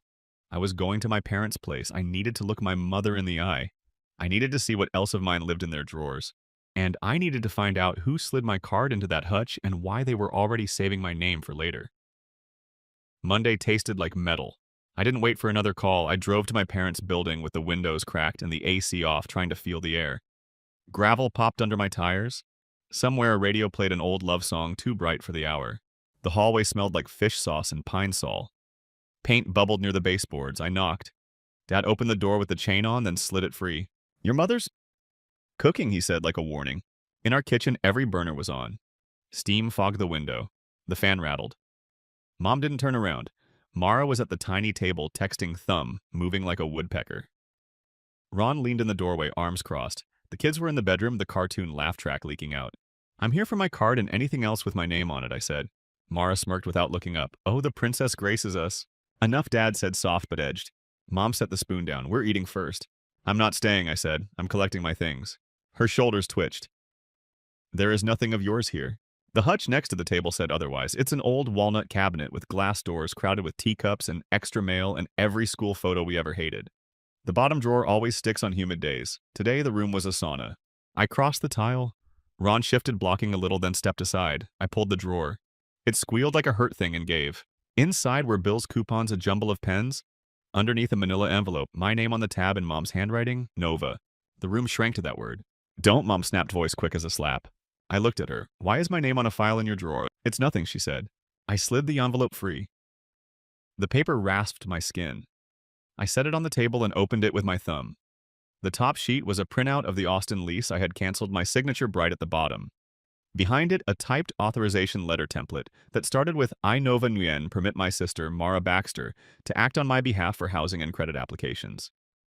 The signature line was blank on that one, but someone had practiced my name across a page of notebook paper underneath. Over and over. Nova N, N, and Gwyn. The looping N tightened until it looked like a knot. A tide roared in my ears. I flipped the stack. Copies of my driver's license photo I'd once sent for a travel booking? How did she still have that screenshots of my LinkedIn? A checklist in Mara's handwriting with boxes: lease, truck, TV pending, sofa pending. Utilities need Nova call. If she resists, mom guilt. If that fails, dad. Under it, a budget scribble from Nova 7.6. Truck 900 deposit, 1,800 groceries. 300 TV, 1.2K fixed cars under set aside 1 car. 600. I didn't breathe. The letters wavered, then snapped into cruel clarity. Explain, I said. I didn't raise my voice. The word did the work. Mara's eyes were hard. You already owe us for the months you refused. Mom's chin lifted. I kept copies because I live in the real world. People ask for papers. I plan to help your sister. If you were a good daughter, you'd sign the letter and be done. It's fraud, I said. It's my name. It's family, she said, spitting the word like a seed. Ron shrugged one shoulder. Everybody fudges something. You think rich people don't? Dad rubbed his forehead. Lon, he said to Mom, this is wrong. Mom rounded on him. Wrong is letting your sister starve. She flung a hand at me. She has plants and gadgets. She can afford a television for her niece. The television wasn't for them, I said. I tapped the line item with my nail. It was for you to feel better about a party I wasn't invited to. Mara scoffed. You weren't invited because you're cruel. The spoon in the pot clicked against the rim. The TV laugh track in the bedroom turned tinny far away. Through the grimy window, a sliver of sky sat bright and indifferent. The sky was still blue. It made the room feel uglier. I photographed every page, steady hands muscle memory. Evidence, not argument. Mom lunged for the folder. Dad caught her wrist. Please, he said, voice shaking. She stared at him like she didn't know the man who'd said no. I slid the envelope back in the drawer. Not hiding, not taking, just leaving it with copies already in my cloud and Kira's. What else with my name is in this house, I asked. Mara laughed thin. You think this is a war? I'm ending a habit. Ava patted in Micah behind her with the fox. Grandma! Why does that say Aunt Nova? Mom's smile snapped on. Back to your show! Ava didn't move. Did you hide her card? Silence cracked. Dad guided them away. Aunt Lynn walked in without knocking, scanned the room, sighed. I told you to stop, she said to Mom. You want control? You're punishing Nova for not living your script. Ron shoved his hands in his pockets. We just need a boost. You had one, I said? I wired money. I signed a lease. Then you used my name on a landlord and a store. Prove it, Mara said. I laid out the emails and screenshots. Aunt Lynn read fast. Enough, she said. If Nova files, I'll testify. Mom's mouth twisted. You'd call police on family. I'll tell the truth to protect her. I looked at Mom, gray-streaked, tired hands that had filled forms for decades, and said, I'm not your ledger. I'm your daughter. Her face hardened. If you leave, don't come back. There it is, I said, standing. Use my name again, and I file for identity theft. This isn't a bluff. Drama Mara spat. Do it and see. I walked out into heat. Kira texted alive in one piece I wrote. Copies made, Mom told me not to come back. Meet me at the precinct, she replied. Paper trail, then coffee. Evan from Metroflex pinged your sister and mother are here trying another address. I'm stalling. We turned toward the station. At the precinct, I said it out loud, identity theft, credit fraud, lease impersonation. Detective Morales took the stack. You did my job, she said, then dispatched a unit. At Riverpoint, Officer Pena sat them down under a poster of a smiling family. I handed him the case number. You brought police, Mara hissed. I brought myself, over my name. Pena issued a trespass warning and noted no contact except through counsel or for kid emergencies via my father. Mom's tears shut off. You're dead to me. Okay, I said. They left to the soft sound of new limits. We spent the afternoon locking down P.O. Box carrier passcode freezes at all 3 bureaus, bank verbal passwords, email recovery, shred bin door cam. Dad called to Pena as his friend's boy and admitted he'd found an envelope of my SSN and records in the hutch. We keep too much. I'm sorry. Bring it, I said. Mara left a venom voicemail. I saved it. Morales, later handwriting match, formal warning issued. I dropped goodbye books at the library for the kids. Wrote Mom, 1 letter, boundaries set emergencies through Dad, and pinned 3 lines on my phone. Believe them the first time, keep receipts, protect peace like it's rent. 6 quiet weeks followed. Dad delivered the manila envelope and oranges, chose truth without choosing sides. Took basil cuttings home. A few bare texts from Mara, 1 from Ron owning his night shift. I saw Mom in a parking lot, no scene, just distance. The kids met me at the park. Ava planned a mint cuttings project. A winter concert came and went. Ava later drew basil oranges and a fox in a party hat. Family can be the people who don't spend your money too. I still miss my mother. Missing isn't consent. The boundary holds. The basil grows. Quiet takes the space the drama used to eat. Story 3. I was rinsing coffee cups and humming along to a playlist when my phone buzzed on the counter. Ordinary morning. Warm light. Plants begging for water. Then a bright banner slid across the screen. Torres family. Mom Carmen had posted. Christmas Eve is at our house 6 p.m. We want a peaceful night, so it's best if Mila sits this one out. Thanks for understanding. I'm Mila Torres, 33, project manager. No husband, no kids. Mostly fine with that until a message like this hits like a brick. The chat reacted in seconds. My dad Luis tapped a thumbs up. My brother Dylan added a green check mark. My sister Tessa sent a heart. Aunt Nora dropped confetti. Uncle Paul posted a smiley face wearing sunglasses like exile was cool. No one asked why, no one typed hold on, no one called me. I reread the text. Once, twice, 3 times. The sink kept running, the cups overflowed. I turned the water off and dried my hands on a towel that suddenly felt too rough. I typed again. Insults, comebacks, speeches, they all sprinted through my head. In the end, I sent the only thing I could live with. Got it, I won't come. Please don't contact me for a while. I'll respect your boundary, respect mine. A string of jester hat emojis landed under my message. Jesters, not clowns. Cute. Harsher somehow. I left the chat, blocked notifications, stared at the pale outline of a water ring on my counter, and wondered when exactly love got traded for convenience. It didn't start with that text. It started a month earlier on a Sunday when I brought a lemon tart to my parents' place because Mom swore her pie crust hated her. The house smelled like rosemary chicken and floor cleaner. The dining room gleamed. 5 kinds of mustard lined up like soldiers on the buffet because my dad likes options. I was in a good mood. I'd nailed a deadline at work. I'd bought boots on sale. I even liked my hair that day. We were barely seated when Mom cleared her throat china clinking under her fork. We made a decision, she said, smiling in that way that warns you to brace. We're doing a 12-day Mediterranean cruise for Christmas. Family dream. We've been talking for weeks. Tessa bounced in her chair. I found cabins with balconies. There's a spa, thermal suite, cold plunge, the works. Dylan leaned back, laced his fingers behind his head. Game on. I'm picturing gelato and scooters. I smiled, confused but trying. That sounds fun. What do you need me to bring? Silence. Then Aunt Nora voice sweet as icing. Oh, honey, you're not bringing anything. You're treating. They watched my face like people watch fireworks waiting for the pop. Mom slid a printed spreadsheet across the table. Columns, colors, totals. My stomach tightened. For all of us, she said, tapping numbers with a manicured nail. Cabins for 8, excursions in Rome, Athens, Santorini, pre-cruise hotel. We kept it reasonable. 22,400 covers it. My brain stalled. I glanced around waiting for someone to laugh. No one laughed. Tessa sipped her water. You earn more than anyone, Mila. You don't have kids. You're always careful with money. This is nothing for you. Dylan grinned. Consider it your investment in family memories. Uncle Paul floated his sunglasses voice again. Maybe we bump the drink package. It's all on one card anyway. Wink. Of course there was a spreadsheet. Of course there was a plan. I wasn't in on it, only paying for it. Why would I do that? I asked steady because I'd practiced steady my whole life. Mom's smile thinned. Because you're the responsible one. Because we've helped you in other ways. Because family sticks together. What other ways? When I worked 2 jobs in college so I wouldn't need loans, when my car died and Dad told me to manifest a better attitude.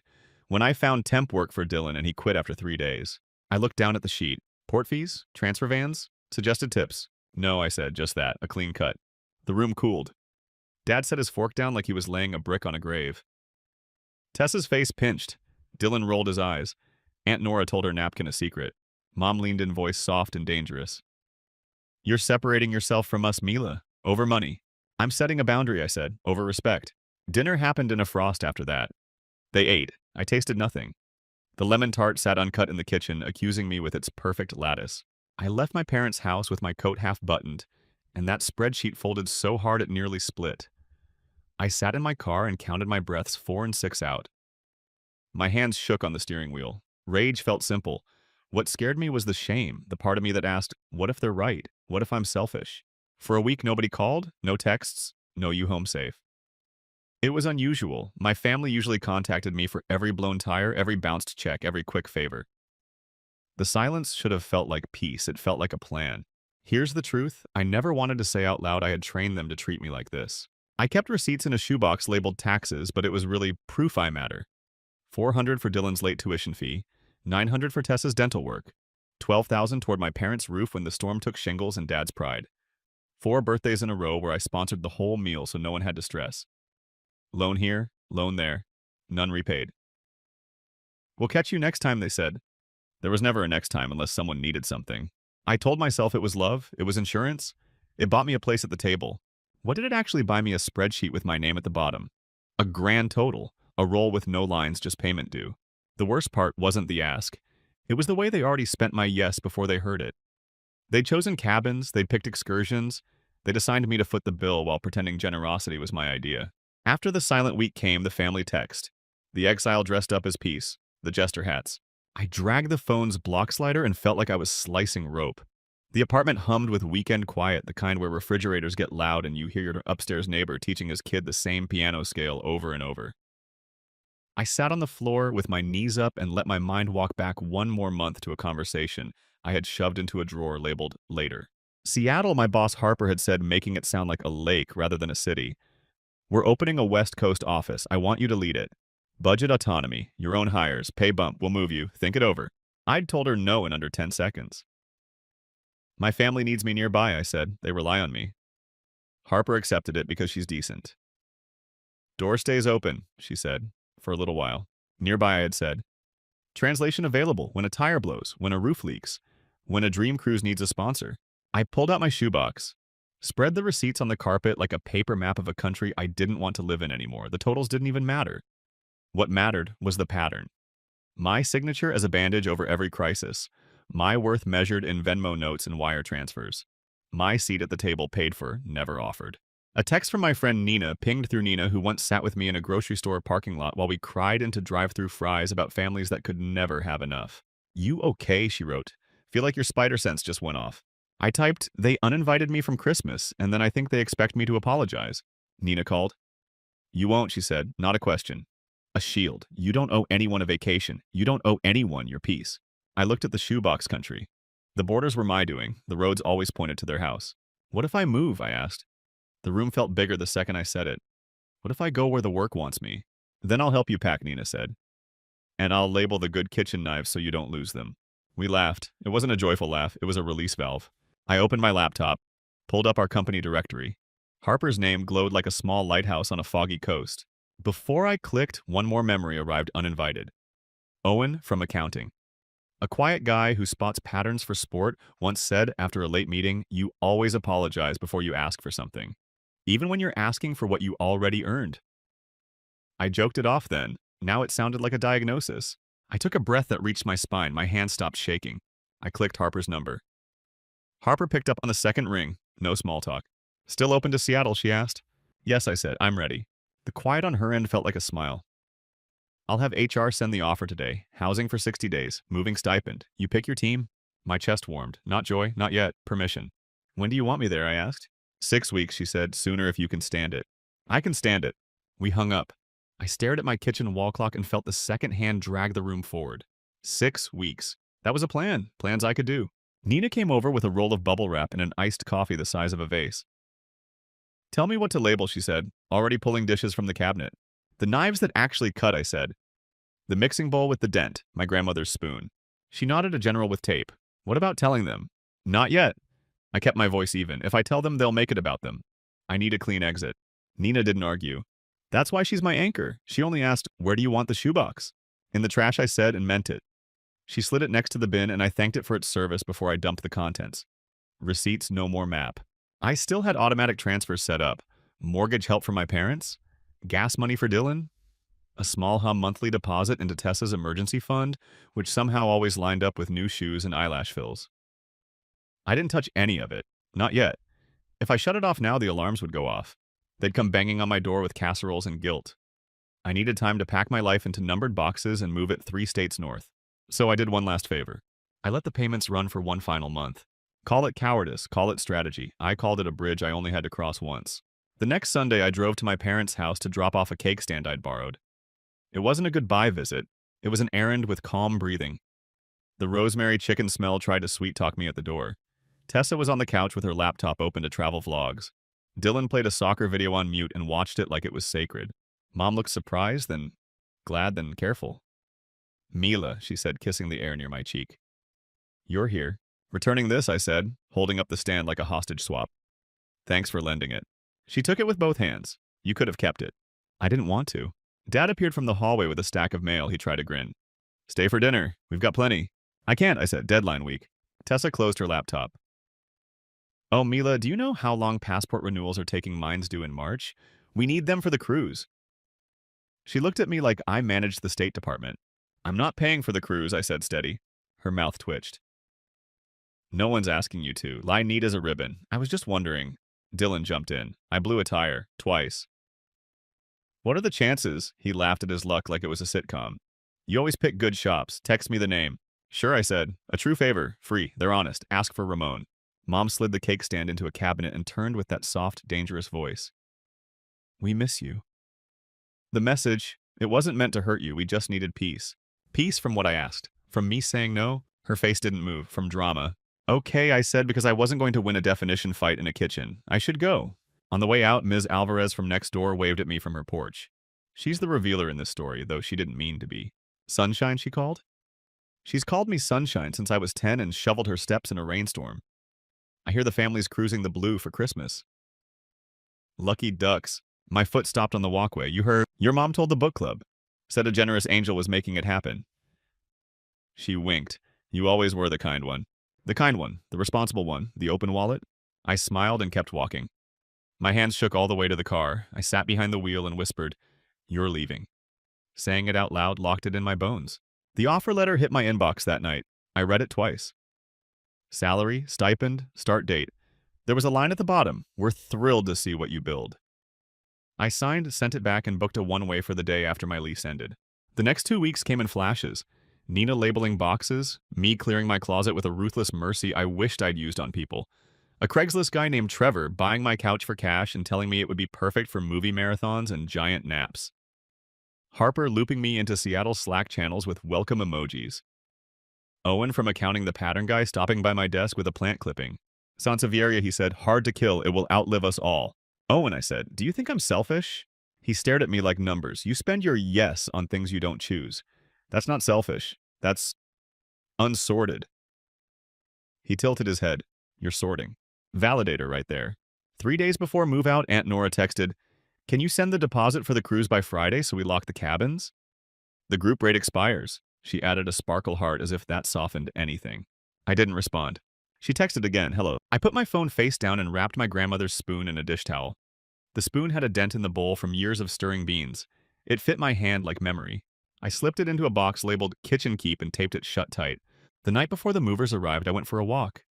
My neighborhood held its breath in winter air. A kid tried to launch a paper plane in a scarf that swallowed his face. The plane dove. He laughed anyway. I envied the way kids fail without shame. They try again. No spreadsheets. No group chats. Back home, I opened my banking app. My thumb hovered. The transfers stacked there like little siphons. Mortgage support, Torres, Dylan Gas weekly, Tessa emergency fund monthly. Family phone plan top-up I'd somehow become the captain of. Each had a toggle. Each toggle was a switch to my peace. Tomorrow, I told the screen, when I'm gone. Morning came ruthless and gray. The movers boxed the bed I once thought I'd share with someone who saw me. The stove hissed hello, then goodbye. I cleaned the fridge like I was erasing a version of myself. Nina drove behind the moving truck, honking every time I looked like I might cry. At the airport, I touched the boarding pass like a passport. CA. 3 letters, a new life. Nina hugged me hard enough to bruise doubt. Text me when you land, she said. I want proof your lungs like pine trees. They already do, I said. Seattle smelled like rain even when it wasn't raining. The corporate apartment had too much white furniture and a view of a brick wall I weirdly loved. I opened the windows. The air felt wet and clean. I set Owen's plant on the sill. It looked like a spear pointing up. Harper met me the next morning with coffee and a stack of floor plans. We toured spaces and picked one with light even on gray days. I interviewed candidates and heard my own voice steady and sure. I was making choices that didn't require anyone's permission. In between meetings, I found a small house to rent with a patch of yard.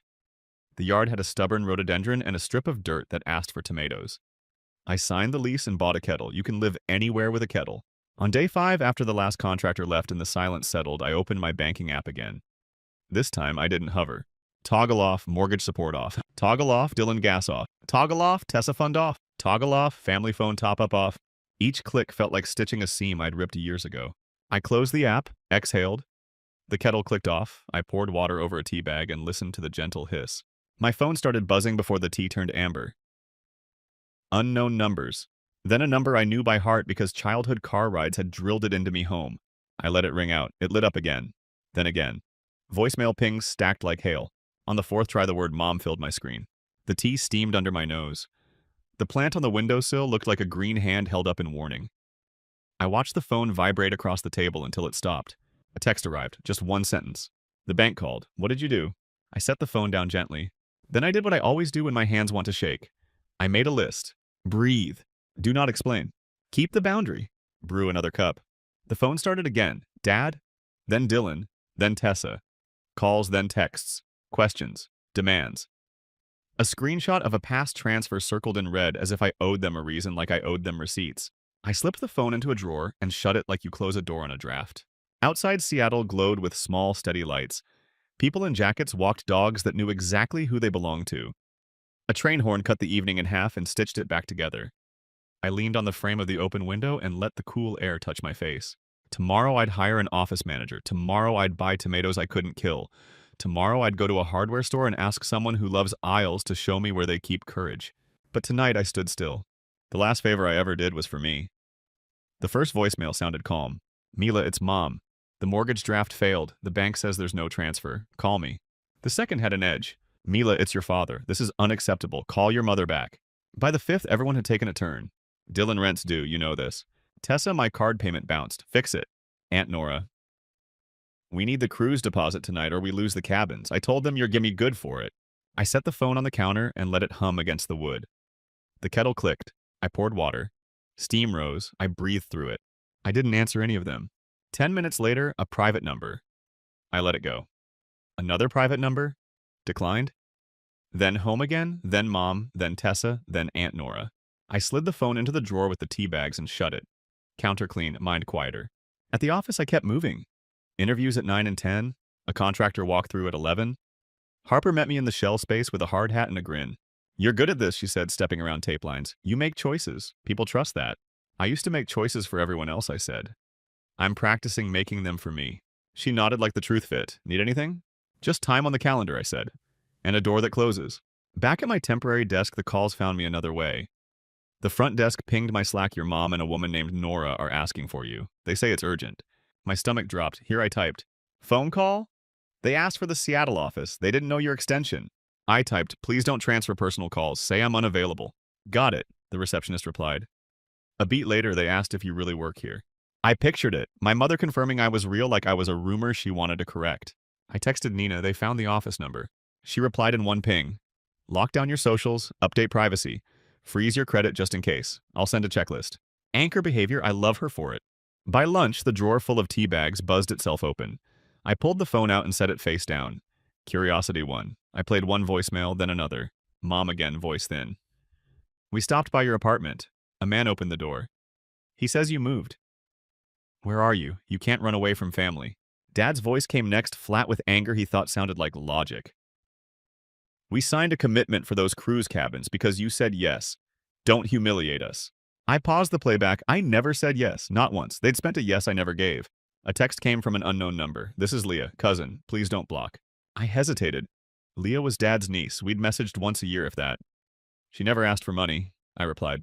What's up? Her texts came in quick bursts like breathless speech.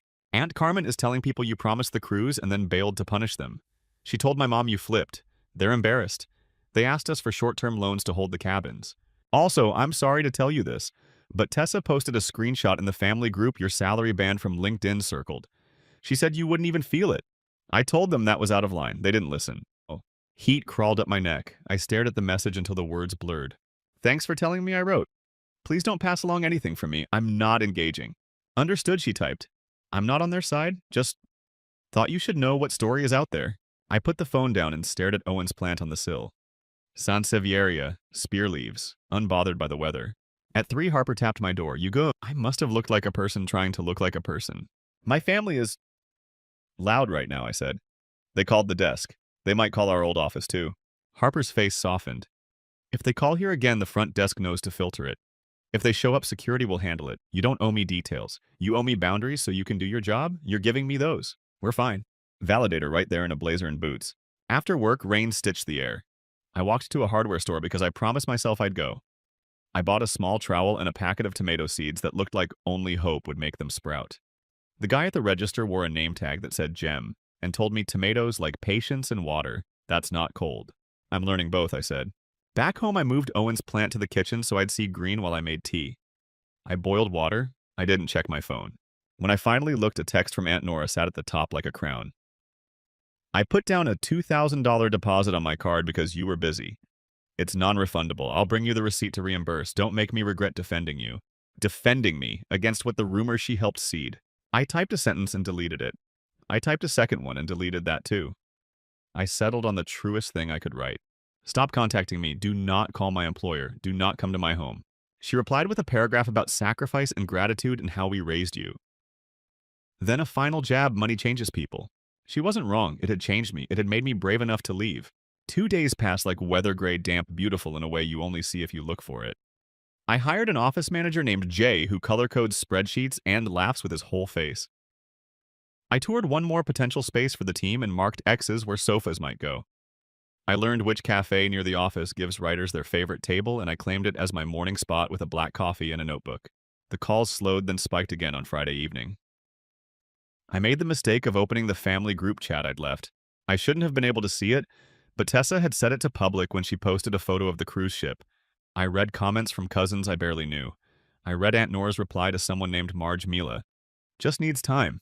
She's sensitive. There it was, the family label they'd pasted on me since I was 12. Sensitive. As if felt was a flaw.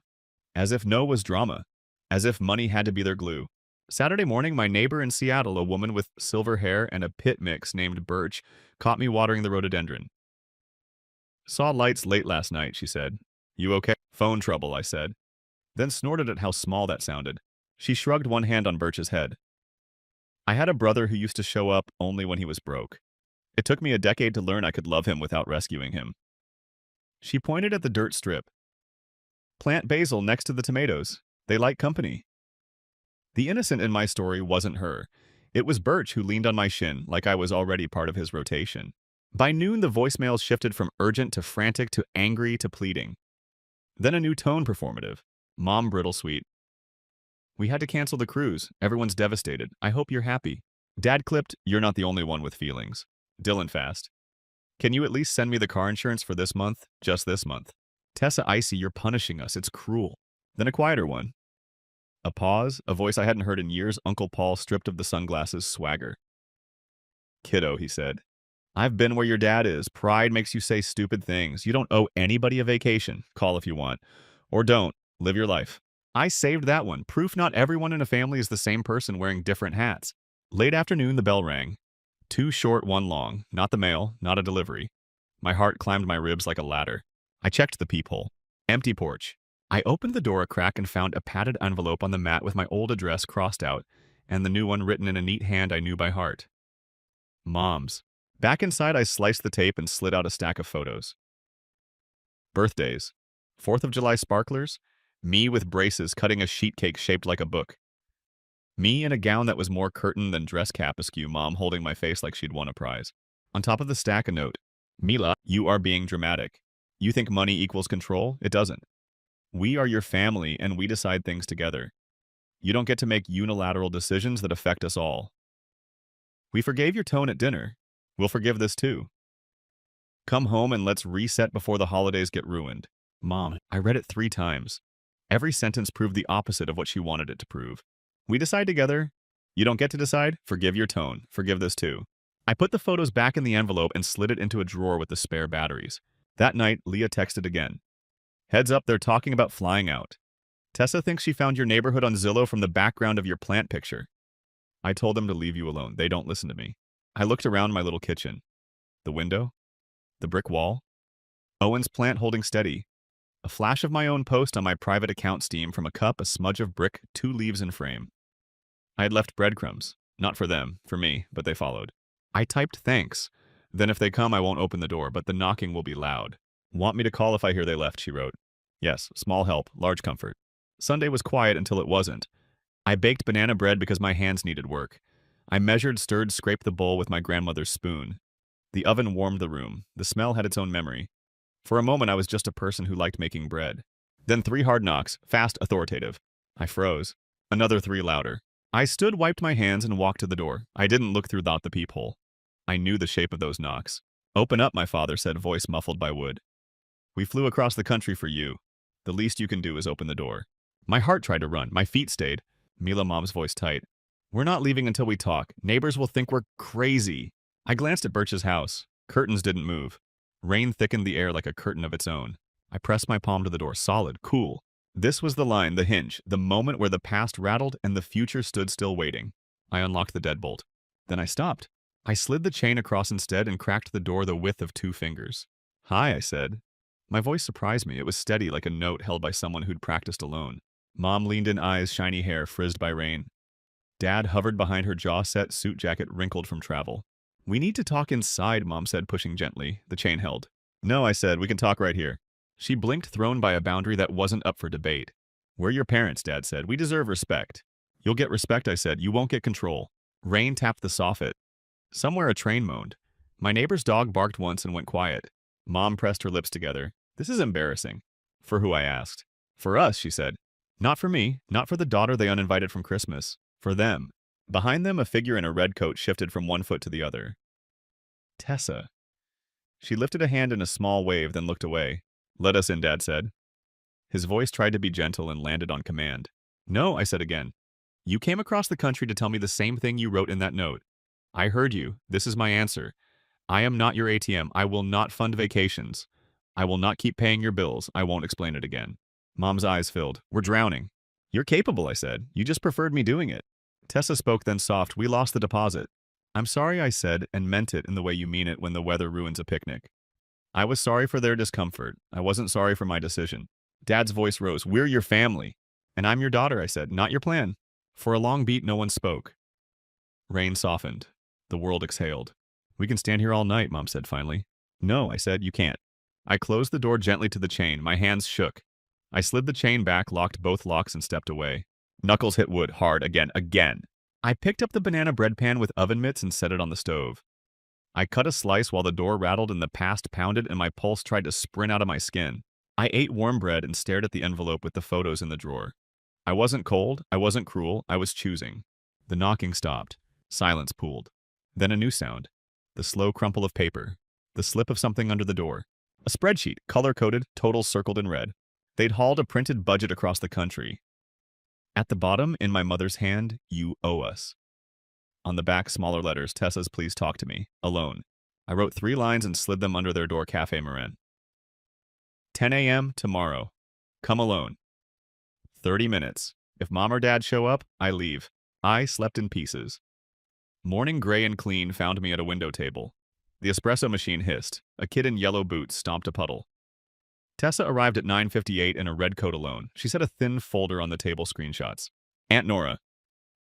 If we present it as a done deal, she'll fold. Mom. Add something silly so she doesn't spiral. So the jester hats were a tactic. Christmas sit this one out, drafted in advance. Call her boss. Fake a wellness check. A cruise receipt with my name on the contact line, just a placeholder. I didn't write that I said. I know Tessa said. She did. She kept them from crashing our meeting. Then plain, can you help with the house, just to catch up? I can't. I said, I won't. She nodded. She'd told them I'd say that. She slid me my old library card. For your box, she said. Freeze your credit, she added. Mom thinks there's still a card somewhere. I went home and did it. Freezes password changes banknotes. Minutes later, a text from Mom, a photo of a bent expired card. We'll run the mortgage once. Love you. I sent a cease and desist. Nina notarized it. We left copies at the motel. The front desk clerk disappeared behind staff only and reemerged with a small salute. Done. By noon, a wellness check. I'm fine, I told the officers. They're upset I stopped paying their bills. They nodded, told my family to leave. At work with security beside me, I handed my parents final envelopes, no employer contact. No cards, no home visits. Writing only. 6 months of no asks and proof of counseling. I won't fund the house. Money didn't change me, I said. It revealed us. That night, a 5-line note from my dad he'd keep Nora off the phone. Tessa texted, "Plant basil deep." I labeled a pot. Basil, try again, and set every family number to silent.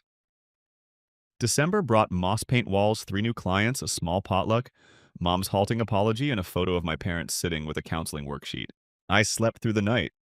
The boundary held. Story 4, can't even afford a car, huh? My brother chuckled, eyes glittering with that familiar mix of mockery and superiority. I didn't flinch. Instead, I glanced at the sky. Seconds later, the whirring sound grew louder until a sleek helicopter descended onto our parents' lawn. "My ride's here," I said casually as the grass rippled from the rotor wash. Mom's eyes rolled back. She fainted right there at the dinner table. I'm Allison Grant, 32 years old. And this chaotic family reunion was the moment I'd been dreading for months. For as long as I can remember, my siblings have found subtle, sophisticated ways to make me feel small. They've measured success by pointer offices, glossy weddings, and magazine spreads. I chose a quieter path, one that to them looked like failure. But what they didn't know was that the company I built from scratch, the one they all dismissed as Allison's silly project, had just been acquired for more money than they could fathom. The helicopter, that was just the opening act. Before I dive into the mess that exploded that weekend, hit the comments and tell me, have you ever been underestimated by your own family? I want to know if I'm not alone. And don't forget to like and subscribe if you've ever dreamed of showing the people who doubted you exactly what you're made of. Because what happened next, well, let's just say none of us walked away unchanged. Growing up between my older brother Marcus and my younger sister Sophie felt like being the middle child in a play where I didn't belong to the cast. Marcus, now 40, was the golden son. Ivy League education, fast-tracked executive position at a global finance firm, second home in the Hamptons. His life was the family's constant dinner conversation. Sophie, at 28, perfected the princess path. She married Ethan, the heir to a regional banking dynasty, at a wedding so extravagant, the photos made it into bridal magazines. Her days revolved around charity galas, designer brunches, and vacation selfies from villas overlooking turquoise waters. And to me, I was the odd one out. The quirky middle child who refused to play by the family script. Where Marcus followed rules and Sophie embraced tradition, I chased questions, risks, and independence. When they were crowned student body president and homecoming queen, I was designing websites for local shops, charging $100 a page. To me, it wasn't a hobby, it was proof that I could build something real. To my parents, it was a phase I'd outgrow. When I announced that I'd skip college to pursue entrepreneurship, the dinner table went silent. "You'll regret this decision for the rest of your life," Dad muttered, refusing to meet my eyes. I was 19. And the next morning, I left Cedar Falls with $200 in my pocket, 1 suitcase, and a stubborn determination to prove them wrong. The years that followed weren't pretty. I failed spectacularly, more times than I can count. Startups collapsed, bank accounts drained. I ate ramen noodles for months and worked 18-hour days sleeping on futons in cramped apartments. Twice, I came terrifyingly close to bankruptcy. But I didn't give up. I couldn't. On my third venture, I stumbled into the idea that changed everything, a data security protocol that small businesses desperately needed. I poured everything into it, my time, my sanity, my last few dollars. Slowly, it caught fire. By the 7th year, my company was profitable. By the 10th, we were protecting thousands of clients nationwide. And 6 months ago, a major tech firm acquired us for over $50 million. On paper, I was wealthy beyond my wildest dreams, but to my family, I was still the girl who couldn't stick to a real career. And I let them believe it. When Marcus offered to cover my rent, I smiled and said thank you. When Sophie handed me her hand-me-down clothes, I accepted them politely. It was easier to let them underestimate me than to fight their narrative. The truth was, I liked being underestimated. In business, it gave me an edge. With my family, it spared me the exhausting debates about what success should look like. But then 3 weeks ago, everything changed. Mom slipped in the kitchen and broke her hip. Dad's early dementia was progressing faster than anyone expected. Their savings couldn't cover the care they now needed. Marcus called a family meeting. His tone was clipped, laced with his usual judgment. "Allison," he said, "we'll need you to come home. Contribute what you can." What he really meant was, don't embarrass us with how little you can offer. Now here I was, flying back to Cedar Falls for the first time in years. My stomach churned with nerves. I'd arranged for my parents to receive the best care money could buy, but my siblings had no idea. Would this be the weekend I finally revealed the truth? Or would I stay quiet, letting them continue to believe I was the family disappointment? The morning of my flight, I stood in front of my closet. My assistant Claire leaned against the doorway, watching me pack faded jeans, a sweater with a hole in the cuff, and scuffed sneakers into a worn duffel bag. "You're worth $50 million, she said flatly. "And you're dressing like a college kid heading home for Thanksgiving. Not to mention you're flying commercial instead of using the company jet. Why?" "Because this is how they expect me to arrive," I answered. tying my hair back into a simple ponytail. And I'm not ready to disrupt that picture. Not yet. On the flight, I kept turning over the same thought. Why had I hidden my success from them for so long? Yes, part of it was strategy. People who underestimate you reveal themselves. They let their guard down. But with my family, it went deeper. Every joke about me being impractical, every comment about Sophie being the smart one, every reminder that Marcus was the stable one. They'd left scars. I built walls around myself, walls made of secrecy, success, and silence. And if I was honest, part of me wanted the dramatic reveal, the moment they'd realize they were wrong. The taxi from the airport rolled past the familiar streets of Cedar Falls. Nothing had changed. The same faded diner, the same hardware store Dad loved, the same park where I once dreamed of building something bigger. When the car stopped in front of our old colonial house with its blue shutters and overgrown maple tree, I froze. For a heartbeat, I was 10 years old again, clutching a report card, desperate for approval. I paid the driver, dragged my duffel up the path, and knocked. The door swung open. Marcus stood there, immaculate, in pressed slacks and a cashmere sweater. He glanced at my worn bag and sneakers, lips curling with quiet satisfaction. Finally, he said, checking his Rolex. "We expected you hours ago. Did your bus get delayed?" I forced a smile. "Good to see you too, Marcus." The weekend was only just beginning, and already the old family roles were waiting to trap me. Marcus stepped aside like a maitre d'. I crossed the threshold and the smell hit me. Lemon cleaner, roast chicken, old books. The house felt smaller, but the judgment felt exactly the same size. Dad was in his recliner by the window, thinner, softer around the eyes. He looked up with that split second of confusion that breaks your heart and pretends it didn't. Then he smiled. "There's my girl." My chest loosened. For a moment, the noise in my head went quiet. Mom shuffled in from the kitchen with a walker she swore she didn't need. "Allison, you're so healthy." Her gaze paused at my sneakers and the frayed cuff of my sweater. "Are you eating all right, the old script?" Concerned with a side of measurement. "I'm good, Mom," I said, hugging her carefully. Her bones felt like twigs wrapped in velvet. Marcus cleared his throat and lifted a leather binder off the coffee table like it was the Ark of the Covenant. Tabs, color coding. A spreadsheet printed on thick paper as if weight gave truth. "We have a plan," he announced. "I've vetted facilities, reviewed rates, and prioritized options." Of course he had. He opened to a page labeled Tier A. Photos of manicured courtyards. Smiling residents, a golf cart in the background because apparently grass looks happier when men in polos drive on it. "This one offers continuity of care," he said. "Independent living to full memory support. Best staffing ratio, excellent outcomes." Mom's eyes darted to Dad. He was listening hard, trying to catch what his brain sometimes drops. She squeezed his hand. He squeezed back. Marcus flipped to costs. A highlighted column was waiting for me like a trap. "There's a monthly gap," he said, "between their income and the actual bill.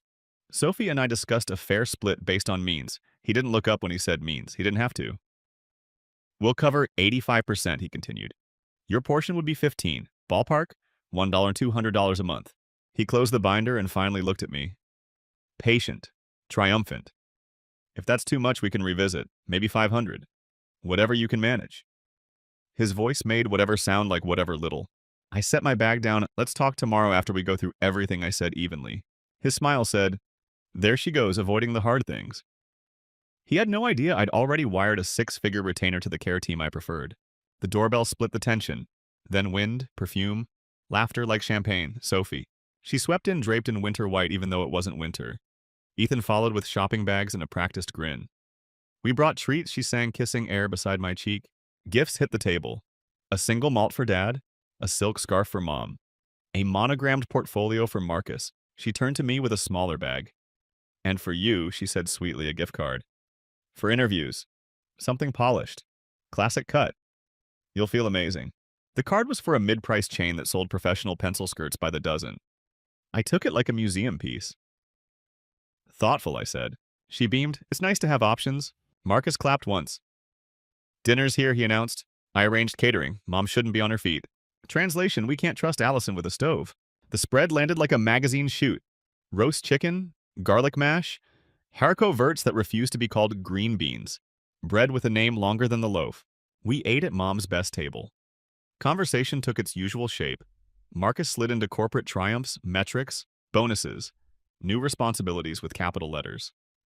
Sophie glowed while talking about a gala that raised 6 figures for a children's hospital and a kitchen renovation in imported stone. Ethan contributed golf and sophisticated wines. When the spotlight turned, it warmed not kindly. So, Sophie said, tilting her head, "How's your web thing?" "Busy," I said. "Clients, projects, the usual." Marcus brightened the way people brighten when they have a solution to a problem you don't have. "My firm has an entry-level opening in marketing. Not glamorous, but stable, good benefits. I can get you in front of the right people." Ethan nodded. "Stability matters." "I'm so stable," I said. "Comfortable and secure aren't the same," Marcus replied, voice gentle enough to sting. Dad watched my face. "You still in that shoebox apartment?" he asked. Next to the noisy neighbors, it was 2 homes and 5 years out of date, but I didn't correct him. "I'm comfortable," I said again. Mom reached for my hand. "We want you safe." It should have been kind. It felt like a verdict. The meeting shifted back to tomorrow. Marcus announced a 9 a.m. start and a projector because bullet points look official when they're luminous. Sophie offered pastries. Ethan offered coffee. Everyone had an assignment for the problem person except the person they thought was the problem. I excused myself to wash up and stepped onto the back porch. The night clicked with crickets. The maple tree threw crazy shadows on the lawn. I took out my phone. Claire picked up on the second ring. "You good?" she asked. "Peachy," I said. "Can you confirm the morning window?" "Pilot is ready. 15-minute notice, weather clear. Arrival on the lawn is fine. Team is staged at the estate. Chef on standby. Documents printed." "Thank you," I said. I watched my breath fog in the chill. "Make sure the foundation file is on top." "Already is." I ended the call and stayed outside until the stars steadied me. I wasn't planning a spectacle. I was planning an intervention. They believed decisions lived inside Marcus's binder. I needed to show them a wider map. Back at the table, dessert appeared. Lemon tart, fresh berries. A conversation about flooring that somehow became a parable about discipline. I nodded and smiled at the right places the way you do when you speak a language you don't respect but still understand. Sophie leaned in. "You know you can always stay with us," she said. "We have a guest room over the garage. It's cozy. We can help you get back on your feet." I took a sip of water so my voice would stay calm. "I'm on my feet." She patted my arm like I was 80. "Of course, honey." Dad started a story about my first lemonade stand. He got lost in the middle and looked at me embarrassed. I finished it for him, adding the part where I bribed our neighbor with free refills to stand on the corner and point people to our table. He laughed. We all did. For a minute, we were simply 5 people who loved the same man and wanted him to stay himself as long as possible. After we cleared the plates, Marcus gathered the empty wine glasses like a bartender closing up. "Early start," he reminded us. "Let's all rest." I carried Mom's scarf to the hall chair and helped her settle. She smelled like lavender and cinnamon. "You always land on your feet," she whispered, eyes glistening. "You always have. I just wish you'd land nearer." It hit like an open window in winter.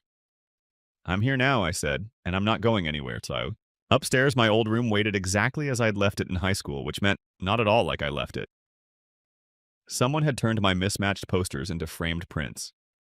My desk was polished, my bed made military tight. A curated version of my life, neat, palatable, wrong. I lay down and stared at the ceiling fan. The blade made a tiny clicking sound once each rotation. Click. You don't belong? Click. Prove it. Click. Don't. The plan formed itself in that rhythm. Tomorrow, I'd sit through the presentation. I'd listen without flinching. I'd let them place me on the chart where they think I live. Then I'd move the entire chart. Not to humiliate, to clarify. I set an alarm and texted Claire one word ready. Morning broke bright and ordinary. Coffee, toast, the smell of laundry soap warming on radiators. I helped Mom with her shoes and Dad with the tiny buttons on his cardigan. He winked when I got the last one fast. "Still the practical one," he said. Always I smiled. At 9 on the dot, Marcus powered up the projector. Title slide, care options, and financial strategy. He loved a title. Sophie arranged pastries like jewels. Ethan passed napkins as if they were contracts. I took the wobbly ottoman in the corner. The old roll, the old seat. Slide after slide rolled by. Amenities, ratios, costs. He landed, of course, on the number he'd built the meeting around. He glanced at me, a benevolent judge. "So, can you commit to the 1-200 dot?" Silence prickled. I could have said yes. I could have said I'd cover everything and be done. But that would leave the real problem intact, their certainty about who I am. "I need to make a quick call," I said, standing. Marcus's mouth tightened. "We're in the middle of something." "I know," I dialed. Claire answered. I didn't look away from my brother when I spoke. "You can send it now," I said. 15 minutes. I ended the call and sat. "Let's keep going," I told him pleasantly. "We still have a few slides left." He frowned at the interruption, but clicked to projected brunch menus and therapy rooms meant to look like living rooms. Sophie murmured approval. Ethan asked about valet parking because of course he did. 12 minutes later, the air changed. A distant thrum, a sound that makes your heart step wrong before your brain labels it. Sophie's head tilted. Is that? I looked at my watch. Right on time, I said. Marcus blinked confused. What did you do? Scheduled a tour, I answered. Different model, not on your list. The thrum swelled, windows hummed, the maple leaves shivered. Mom's hand found mine. Allison. I squeezed back. It's okay. The room filled with sound. Not chaos, not shock value, just the truth arriving loudly enough that no one could pretend not to hear it. And that was how the meeting ended. With a binder on pause, with a family staring at each other, with a noise that promised a new map. I thought exposing my brother's secret debt would finally force my parents to see the truth, but I underestimated how deep their denial ran. When I presented the bank statements, thousands of dollars transferred from my account to cover family emergencies that never existed, my mother only shook her head and whispered, "You shouldn't keep score in family." It felt like I had been punched in the chest. I wasn't keeping score, I was keeping records of survival. Still, the room fell silent, and the silence was worse than yelling. Because in silence, they forced me to carry the weight of being the selfish one, the one tearing the family apart by daring to bring reality into the light. But silence has a way of sharpening the edges of the truth. The more they dismissed me, the louder the evidence screamed in my head. I began collecting everything: screenshots of text messages where my brother promised to repay me next week, recordings of phone calls where my father pressured me to co-sign yet another loan, and even old birthday videos that showed a pattern I had ignored. In one, I was turning 12, blowing out candles alone while my brother opened the bigger, better gift my parents claimed they couldn't afford for me. Watching it now as an adult, the pattern was undeniable. It wasn't about love. It was about loyalty to him at my expense. The turning point came during Thanksgiving. My brother, drunk and desperate, let slip that he had used my name, my credit, to secure another loan. "Don't worry, I'll fix it." "Before you notice," he laughed. But I was frozen. That wasn't just exploitation, that was identity theft. I excused myself from the table, walked into the bathroom, locked the door, and for the first time in my life, I dialed a lawyer's number instead of my parents'. My hands were shaking, but my voice was steady. The lawyer listened, then said words that changed everything. "You're not overreacting. This is fraud." Those words validated everything I had been gaslit into questioning. Suddenly, the ground beneath me felt solid for the first time in years. I wasn't the dramatic one. I wasn't the selfish one. I was the victim of systematic abuse dressed up as family loyalty. And now I had the power to fight back. Over the following weeks, I worked with professionals to untangle the mess. Forensic accountants traced transactions that linked directly to my brother. The credit bureau confirmed the unauthorized loan in my name. An investigator even found email applications where he forged my signature sloppy enough to be undeniable in court. Each new piece of evidence was like lifting another stone off my chest. But it also revealed just how far they had gone. My parents weren't innocent bystanders. They had signed as witnesses on one of the forged documents, smiling in family photos while selling me out behind closed doors. I can't describe the mix of betrayal and liberation I felt. On one hand, I had proof. On the other, I realized my parents weren't just enabling my brother. They were complicit. That knowledge broke something inside me that could never be repaired. The confrontation happened on a Sunday afternoon. I invited them to my apartment, a space they had always dismissed as too small compared to my brother's rented house. I laid out the documents on the table: bank statements, signed forms, expert reports. My brother walked in, smirking, my parents trailing behind him like loyal bodyguards. But when I slid the evidence across the table, his smirk faltered. He tried denial first, then anger, then bargaining. "We can fix this," he stammered. "Name your price." My father growled that I was destroying the family. My mother cried, insisting I was too harsh. I stayed calm. For once, I didn't flinch, didn't explain, didn't beg for them to see me. I simply said, "The conversation is over. Those days are done." Their faces twisted in disbelief as though they were watching a puppet cut its own strings. But I wasn't their puppet anymore. I had already filed fraud charges, already frozen the accounts, already secured legal protections. They were fighting a battle they had already lost. When they left, slamming the door so hard the frame shook, I sat in silence. This time the silence wasn't heavy. It was clean, almost peaceful. The kind of silence that follows a storm when the sky is still bruised, but you know the air has changed forever. Weeks later, the legal system confirmed what I already knew. Fraud charges against my brother, financial penalties against my parents for aiding him, in restitution payments ordered in my favor. The golden child's shine had finally dimmed under the harsh light of truth. And me, I wasn't the scapegoat anymore. I wasn't the one who held grudges or kept score. I was simply someone who chose survival over sacrifice, truth over denial, peace over toxic loyalty. I wish I could say it felt triumphant, but the reality was quieter. It felt like standing in a house after a fire charred empty, but finally safe enough to rebuild. And rebuild I did, with friends who felt more like family than blood ever had, with colleagues who respected me, and with a new understanding of my own worth. Looking back now, I see the irony. They thought I would never leave because I was too loyal. But it was their exploitation of that loyalty that drove me away. And in losing me, they lost the one person who ever truly held the family together. So I'll ask you this. If your family demanded everything from you but gave nothing in return, would you stay and sacrifice? Or would you walk away and finally choose yourself? The week after my confrontation felt like living in two parallel worlds. In one, I still went to work, grocery shopped, folded laundry, normal life in the city, kept moving. In the other, the fallout of decades of family betrayal unraveled like a knot that had been waiting too long to be pulled. Phone calls from lawyers, letters from the court, frozen accounts, those were my new lullabies. And oddly, I slept better than I had in years. My brother tried charm first. Late-night voicemails pretending nothing had happened. Hey sis, remember when we were kids? You always had my back. Don't let outsiders come between us. Outsiders, he meant the law. When charm failed, he pivoted to threats. You think this makes you look good? Everyone's gonna know you destroyed your own family. The irony made me laugh out loud in my empty kitchen. For once, his words bounced off me like rain on a roof. My parents weren't much different. My mother sent a letter handwritten full of smudges and apologies that weren't apologies.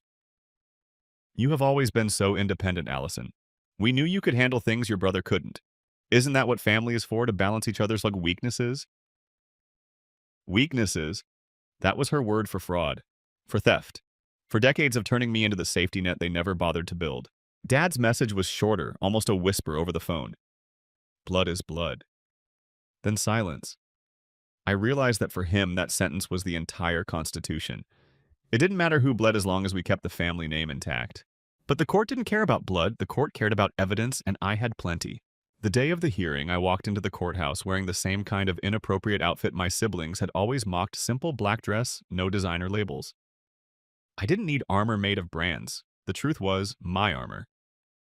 My lawyer spread the documents like playing cards on the table. Each one was a nail in the coffin of their defense. When the judge asked my brother if he had in fact forged my signature, he stammered. His lawyer tried to spin it as a misunderstanding between siblings. The judge raised an eyebrow and tapped the paper. This is a felony, not a misunderstanding. For the first time in my life, someone in authority was calling out the truth I had been screaming into the void for years. My parents sat behind him stone-faced. No gasps, no protests, just silence. That silence told me more than any words could. They had chosen their side long before this day, and it wasn't mine. The ruling came quickly. Restitution payments to me, financial penalties for the false witnessing, mandatory financial counseling for my brother as part of his probation. It wasn't jail time, but it was accountability. And accountability had never existed in our family before. After the hearing, I stepped outside into the sharp winter air, my breath fogged up, but my chest felt clear. Claire, my assistant, and the closest thing I had to a sister, was waiting by the steps with a coffee in her hand. How'd it go? She asked. It's over, I said simply, and for the first time I believed it. But over didn't mean done. My phone buzzed for weeks with cousins, aunts, family friends, all parroting the same narrative. How could you take this outside the family? Couldn't you just forgive? That word had been weaponized against me since childhood. Forgive meant forget. Forgive meant let him steal again. Forgive meant sacrifice yourself for our comfort. I didn't answer most of those calls. When I did, I said the same sentence every time: accountability is not betrayal. Some hung up, a few stayed quiet, and one or two whispered, good for you. That was enough. In the weeks that followed, I rebuilt not the family but myself. I hired a financial advisor who taught me how to safeguard my accounts. I updated passwords, locked down credit, made sure no one could ever use my name without my consent again. But the real rebuilding wasn't logistical. It was emotional. For the first time, I gave myself permission to stop explaining, stop proving, stop begging. And that opened space for something new: chosen family. Friends who showed up, not because they wanted something, but because they cared. Claire brought soup when I was too exhausted to cook. My neighbor watered my plants without being asked. A coworker slipped me a note during a rough day that just said, "You're stronger than you think." These small kindnesses were like stitches closing wounds I thought would never heal. Months later, I ran into Sophie, my sister, in the grocery store. She looked tired, makeup cracked at the edges, cart filled with organic produce and performative choices. She glanced at me, then away, as if acknowledging me might shatter her perfect image. But then she muttered, "You always were the brave one." It wasn't an apology, but it was the closest thing I'd ever get. Walking home with my groceries, I thought about that. Brave. I had never felt brave. I had felt cornered, desperate, tired. But maybe bravery isn't a feeling. Maybe it's just the act of refusing to surrender even when surrender would be easier. So here I am, months out, living a quieter life than the chaos I came from. No more phone calls demanding money. No more guilt trips disguised as family dinners. Just me, my work, and the people who see me for who I am, not what I can provide. Looking back, I realize something powerful. Justice doesn't always come in dramatic explosions. Sometimes it's steady, deliberate, like a slow sunrise that gradually makes everything visible. And once the light is there, you can't pretend not to see anymore. My family lost me when they chose deception over honesty, loyalty over accountability, image over truth. I didn't destroy them, they destroyed the illusion. I just stopped playing along. So let me ask you, if standing up for yourself meant standing alone, would you still do it? After the court ruling, I expected to feel triumphant. Instead, what I felt was emptiness. It was as if I had been running on adrenaline for so long, collecting evidence, preparing for hearings, bracing against betrayal, that when it finally ended, my body didn't know how to exist without the weight pressing down on it. The calls from my family slowed, then stopped altogether. No more guilt-drenched voicemails, no more attempts to twist the narrative. It was like being exiled, and for a while I didn't know if I should mourn that or celebrate it. Holidays passed in silence. No invitations, no pressure to show up smiling with a casserole. Just me, a few friends, and a kind of peace that felt almost suspicious at first. But peace has a way of teaching you who you really are when the noise dies down. I began to realize how much of my identity had been tied to managing their chaos. I was the responsible one, the fixer, the buffer, between my brother's recklessness and my parents' excuses. When I wasn't cast in that role anymore, I had to ask myself, who am I without the constant crisis? The answer came slowly in small, almost ordinary moments. It came one morning when I slept in on a Saturday without jolting awake, certain someone would call, begging for money. It came when I bought myself flowers just because they looked beautiful on my kitchen counter.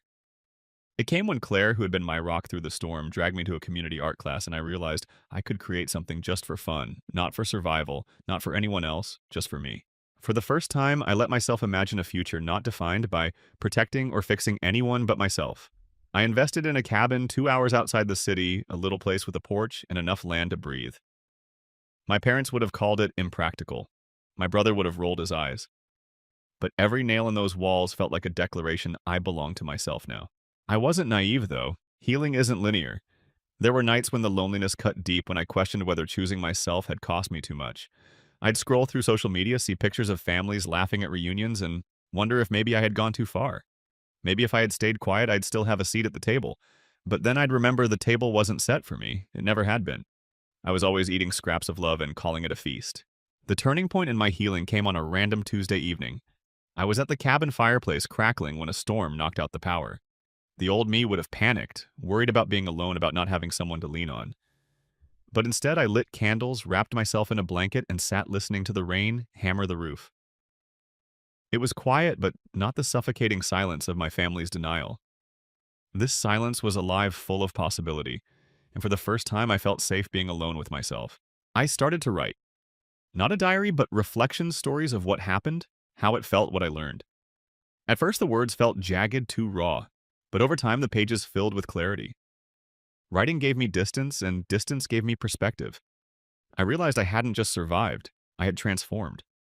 The girl they called selfish was the woman who saved herself.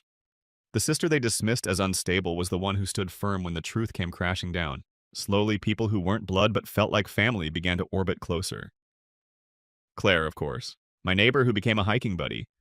A colleague who invited me to her child's birthday party because you're basically family now. These weren't grand gestures. They were steady, genuine connections built on respect instead of obligation. They reminded me that family isn't defined by DNA. It's defined by reciprocity, by showing up for each other without keeping score. Months turned into a year. My brother still owed me money, but I stopped waiting for it. My parents still lived in their bubble, but I stopped trying to burst it. Their silence became their prison, not mine. I didn't need an apology to move forward. Closure wasn't something they could give me, it was something I built for myself. And yet I won't lie. Part of me still grieves. I grieve the version of family I never had, the parents who could have been protectors instead of enablers, the brother who could have been my ally instead of my parasite. That grief will never vanish completely, but it no longer defines me. It simply exists alongside my joy like shadows that prove there's light nearby. Looking back now, I understand something I couldn't see when I was younger. I didn't walk away from my family. They walked away from me when they chose deception over honesty, loyalty over accountability, and silence over love. I just stopped chasing them. So here I stand in a cabin that smells of pine and wood smoke, surrounded by people who know me as Allison, not the responsible one. My story isn't about revenge or triumph. It's about liberation. It's about learning that the chains of family expectations are only as strong as the lies we agree to carry. And when you finally put them down, you realize you were never meant to drag them in the first place. So I'll leave you with this question. If you had the chance to build a new kind of family, not the one you were born into, but the one you chose, what would it look like? It's been 2 years since I walked out of that courthouse and into a life I thought I'd never deserve. 2 years of silence from my parents, 2 years of rumors about my brother, 2 years of watching from afar as the family machine that once demanded everything from me slowly sputtered without its scapegoat. And in those 2 years, I've learned something that once would have terrified me: you don't need their permission to be free. The truth is, healing didn't come in a single breakthrough. It came like dawn, slow, incremental, easy to miss if you weren't paying attention. At first, I carried their voices with me like ghosts. When I bought something nice for myself, I heard Marcus's sarcasm. When I took a weekend off, I heard my mother's sigh. Must be nice to be so selfish. When I turned down extra work, I heard my father's warning: don't waste opportunities. Their voices lived in my head even after their numbers were blocked on my phone. But then came the counter voices. Claire telling me, you don't need to earn rest, my neighbor laughing. You're the least selfish person I know. My new circle reminding me that my worth wasn't measured in sacrifices. Slowly, the balance shifted. The ghosts grew quieter, and eventually they disappeared altogether. I didn't realize how much had changed until one summer afternoon at the cabin. I was sanding the porch railing, sweat on my neck, music humming from a little speaker. A car pulled up unfamiliar on my gravel road. For a moment, my stomach clenched, old reflexes. But then a young couple stepped out, lost hikers who'd taken the wrong turn. I gave them directions, poured them water, and they left with grateful smiles. It hit me then: I wasn't afraid anymore. The idea of unexpected visitors didn't paralyze me. My life wasn't a battlefield waiting for ambush. It was just a life. I've come to accept that my parents will likely never call, my brother will never apologize, and Sophie, the sister who once handed me a gift card like a charity case, still sends me the occasional postcard with vague words like "thinking of you." But that's not reconciliation. That's maintenance of her image. And I don't need it anymore. What I do need, I've built. Friday dinners with friends where laughter fills the room louder than any guilt ever did. Quiet mornings where I sip coffee on the porch without dread. The freedom to choose who stands at my table, not because of blood, but because of love. And I've learned something about legacy too. For years, I thought my family's betrayal would define me like a scar across my name. But now I see it doesn't define me, it refines me. Their choices revealed what I will never become. Their silence taught me the value of truth. Their betrayal carved out the space where real love could finally take root. Sometimes people ask me if I regret it, cutting ties, pressing charges, walking away. They ask if the cost was too high. My answer is always the same: the cost of staying would have been higher. Staying would have meant abandoning myself, and that's a price I'll never pay again. When I visit the city now, I sometimes pass the courthouse where everything changed. I look up at those stone steps and remember the trembling girl who walked in terrified of losing her family. And then I remember the woman who walked out stronger because she finally realized she could survive without them. That woman was me, and I will never forget the day I became her. So this is the end of my story, or maybe the beginning of a better one. A life no longer dictated by shame, but guided by choice. A life where peace is earned not by appeasing others, but by honoring myself. And to anyone listening who feels trapped in the same cycle I once lived, dismissed, gaslit, taken for granted, I want you to know this: your worth is not up for negotiation. You don't need their validation to rise. You don't need their permission to walk away. You only need the courage to choose yourself, even if it means standing alone for a while. Because sometimes standing alone is the first step to finally finding the people who will stand with you. So let me leave you with one last question. If tomorrow you woke up free of everyone else's expectations, who would you finally allow yourself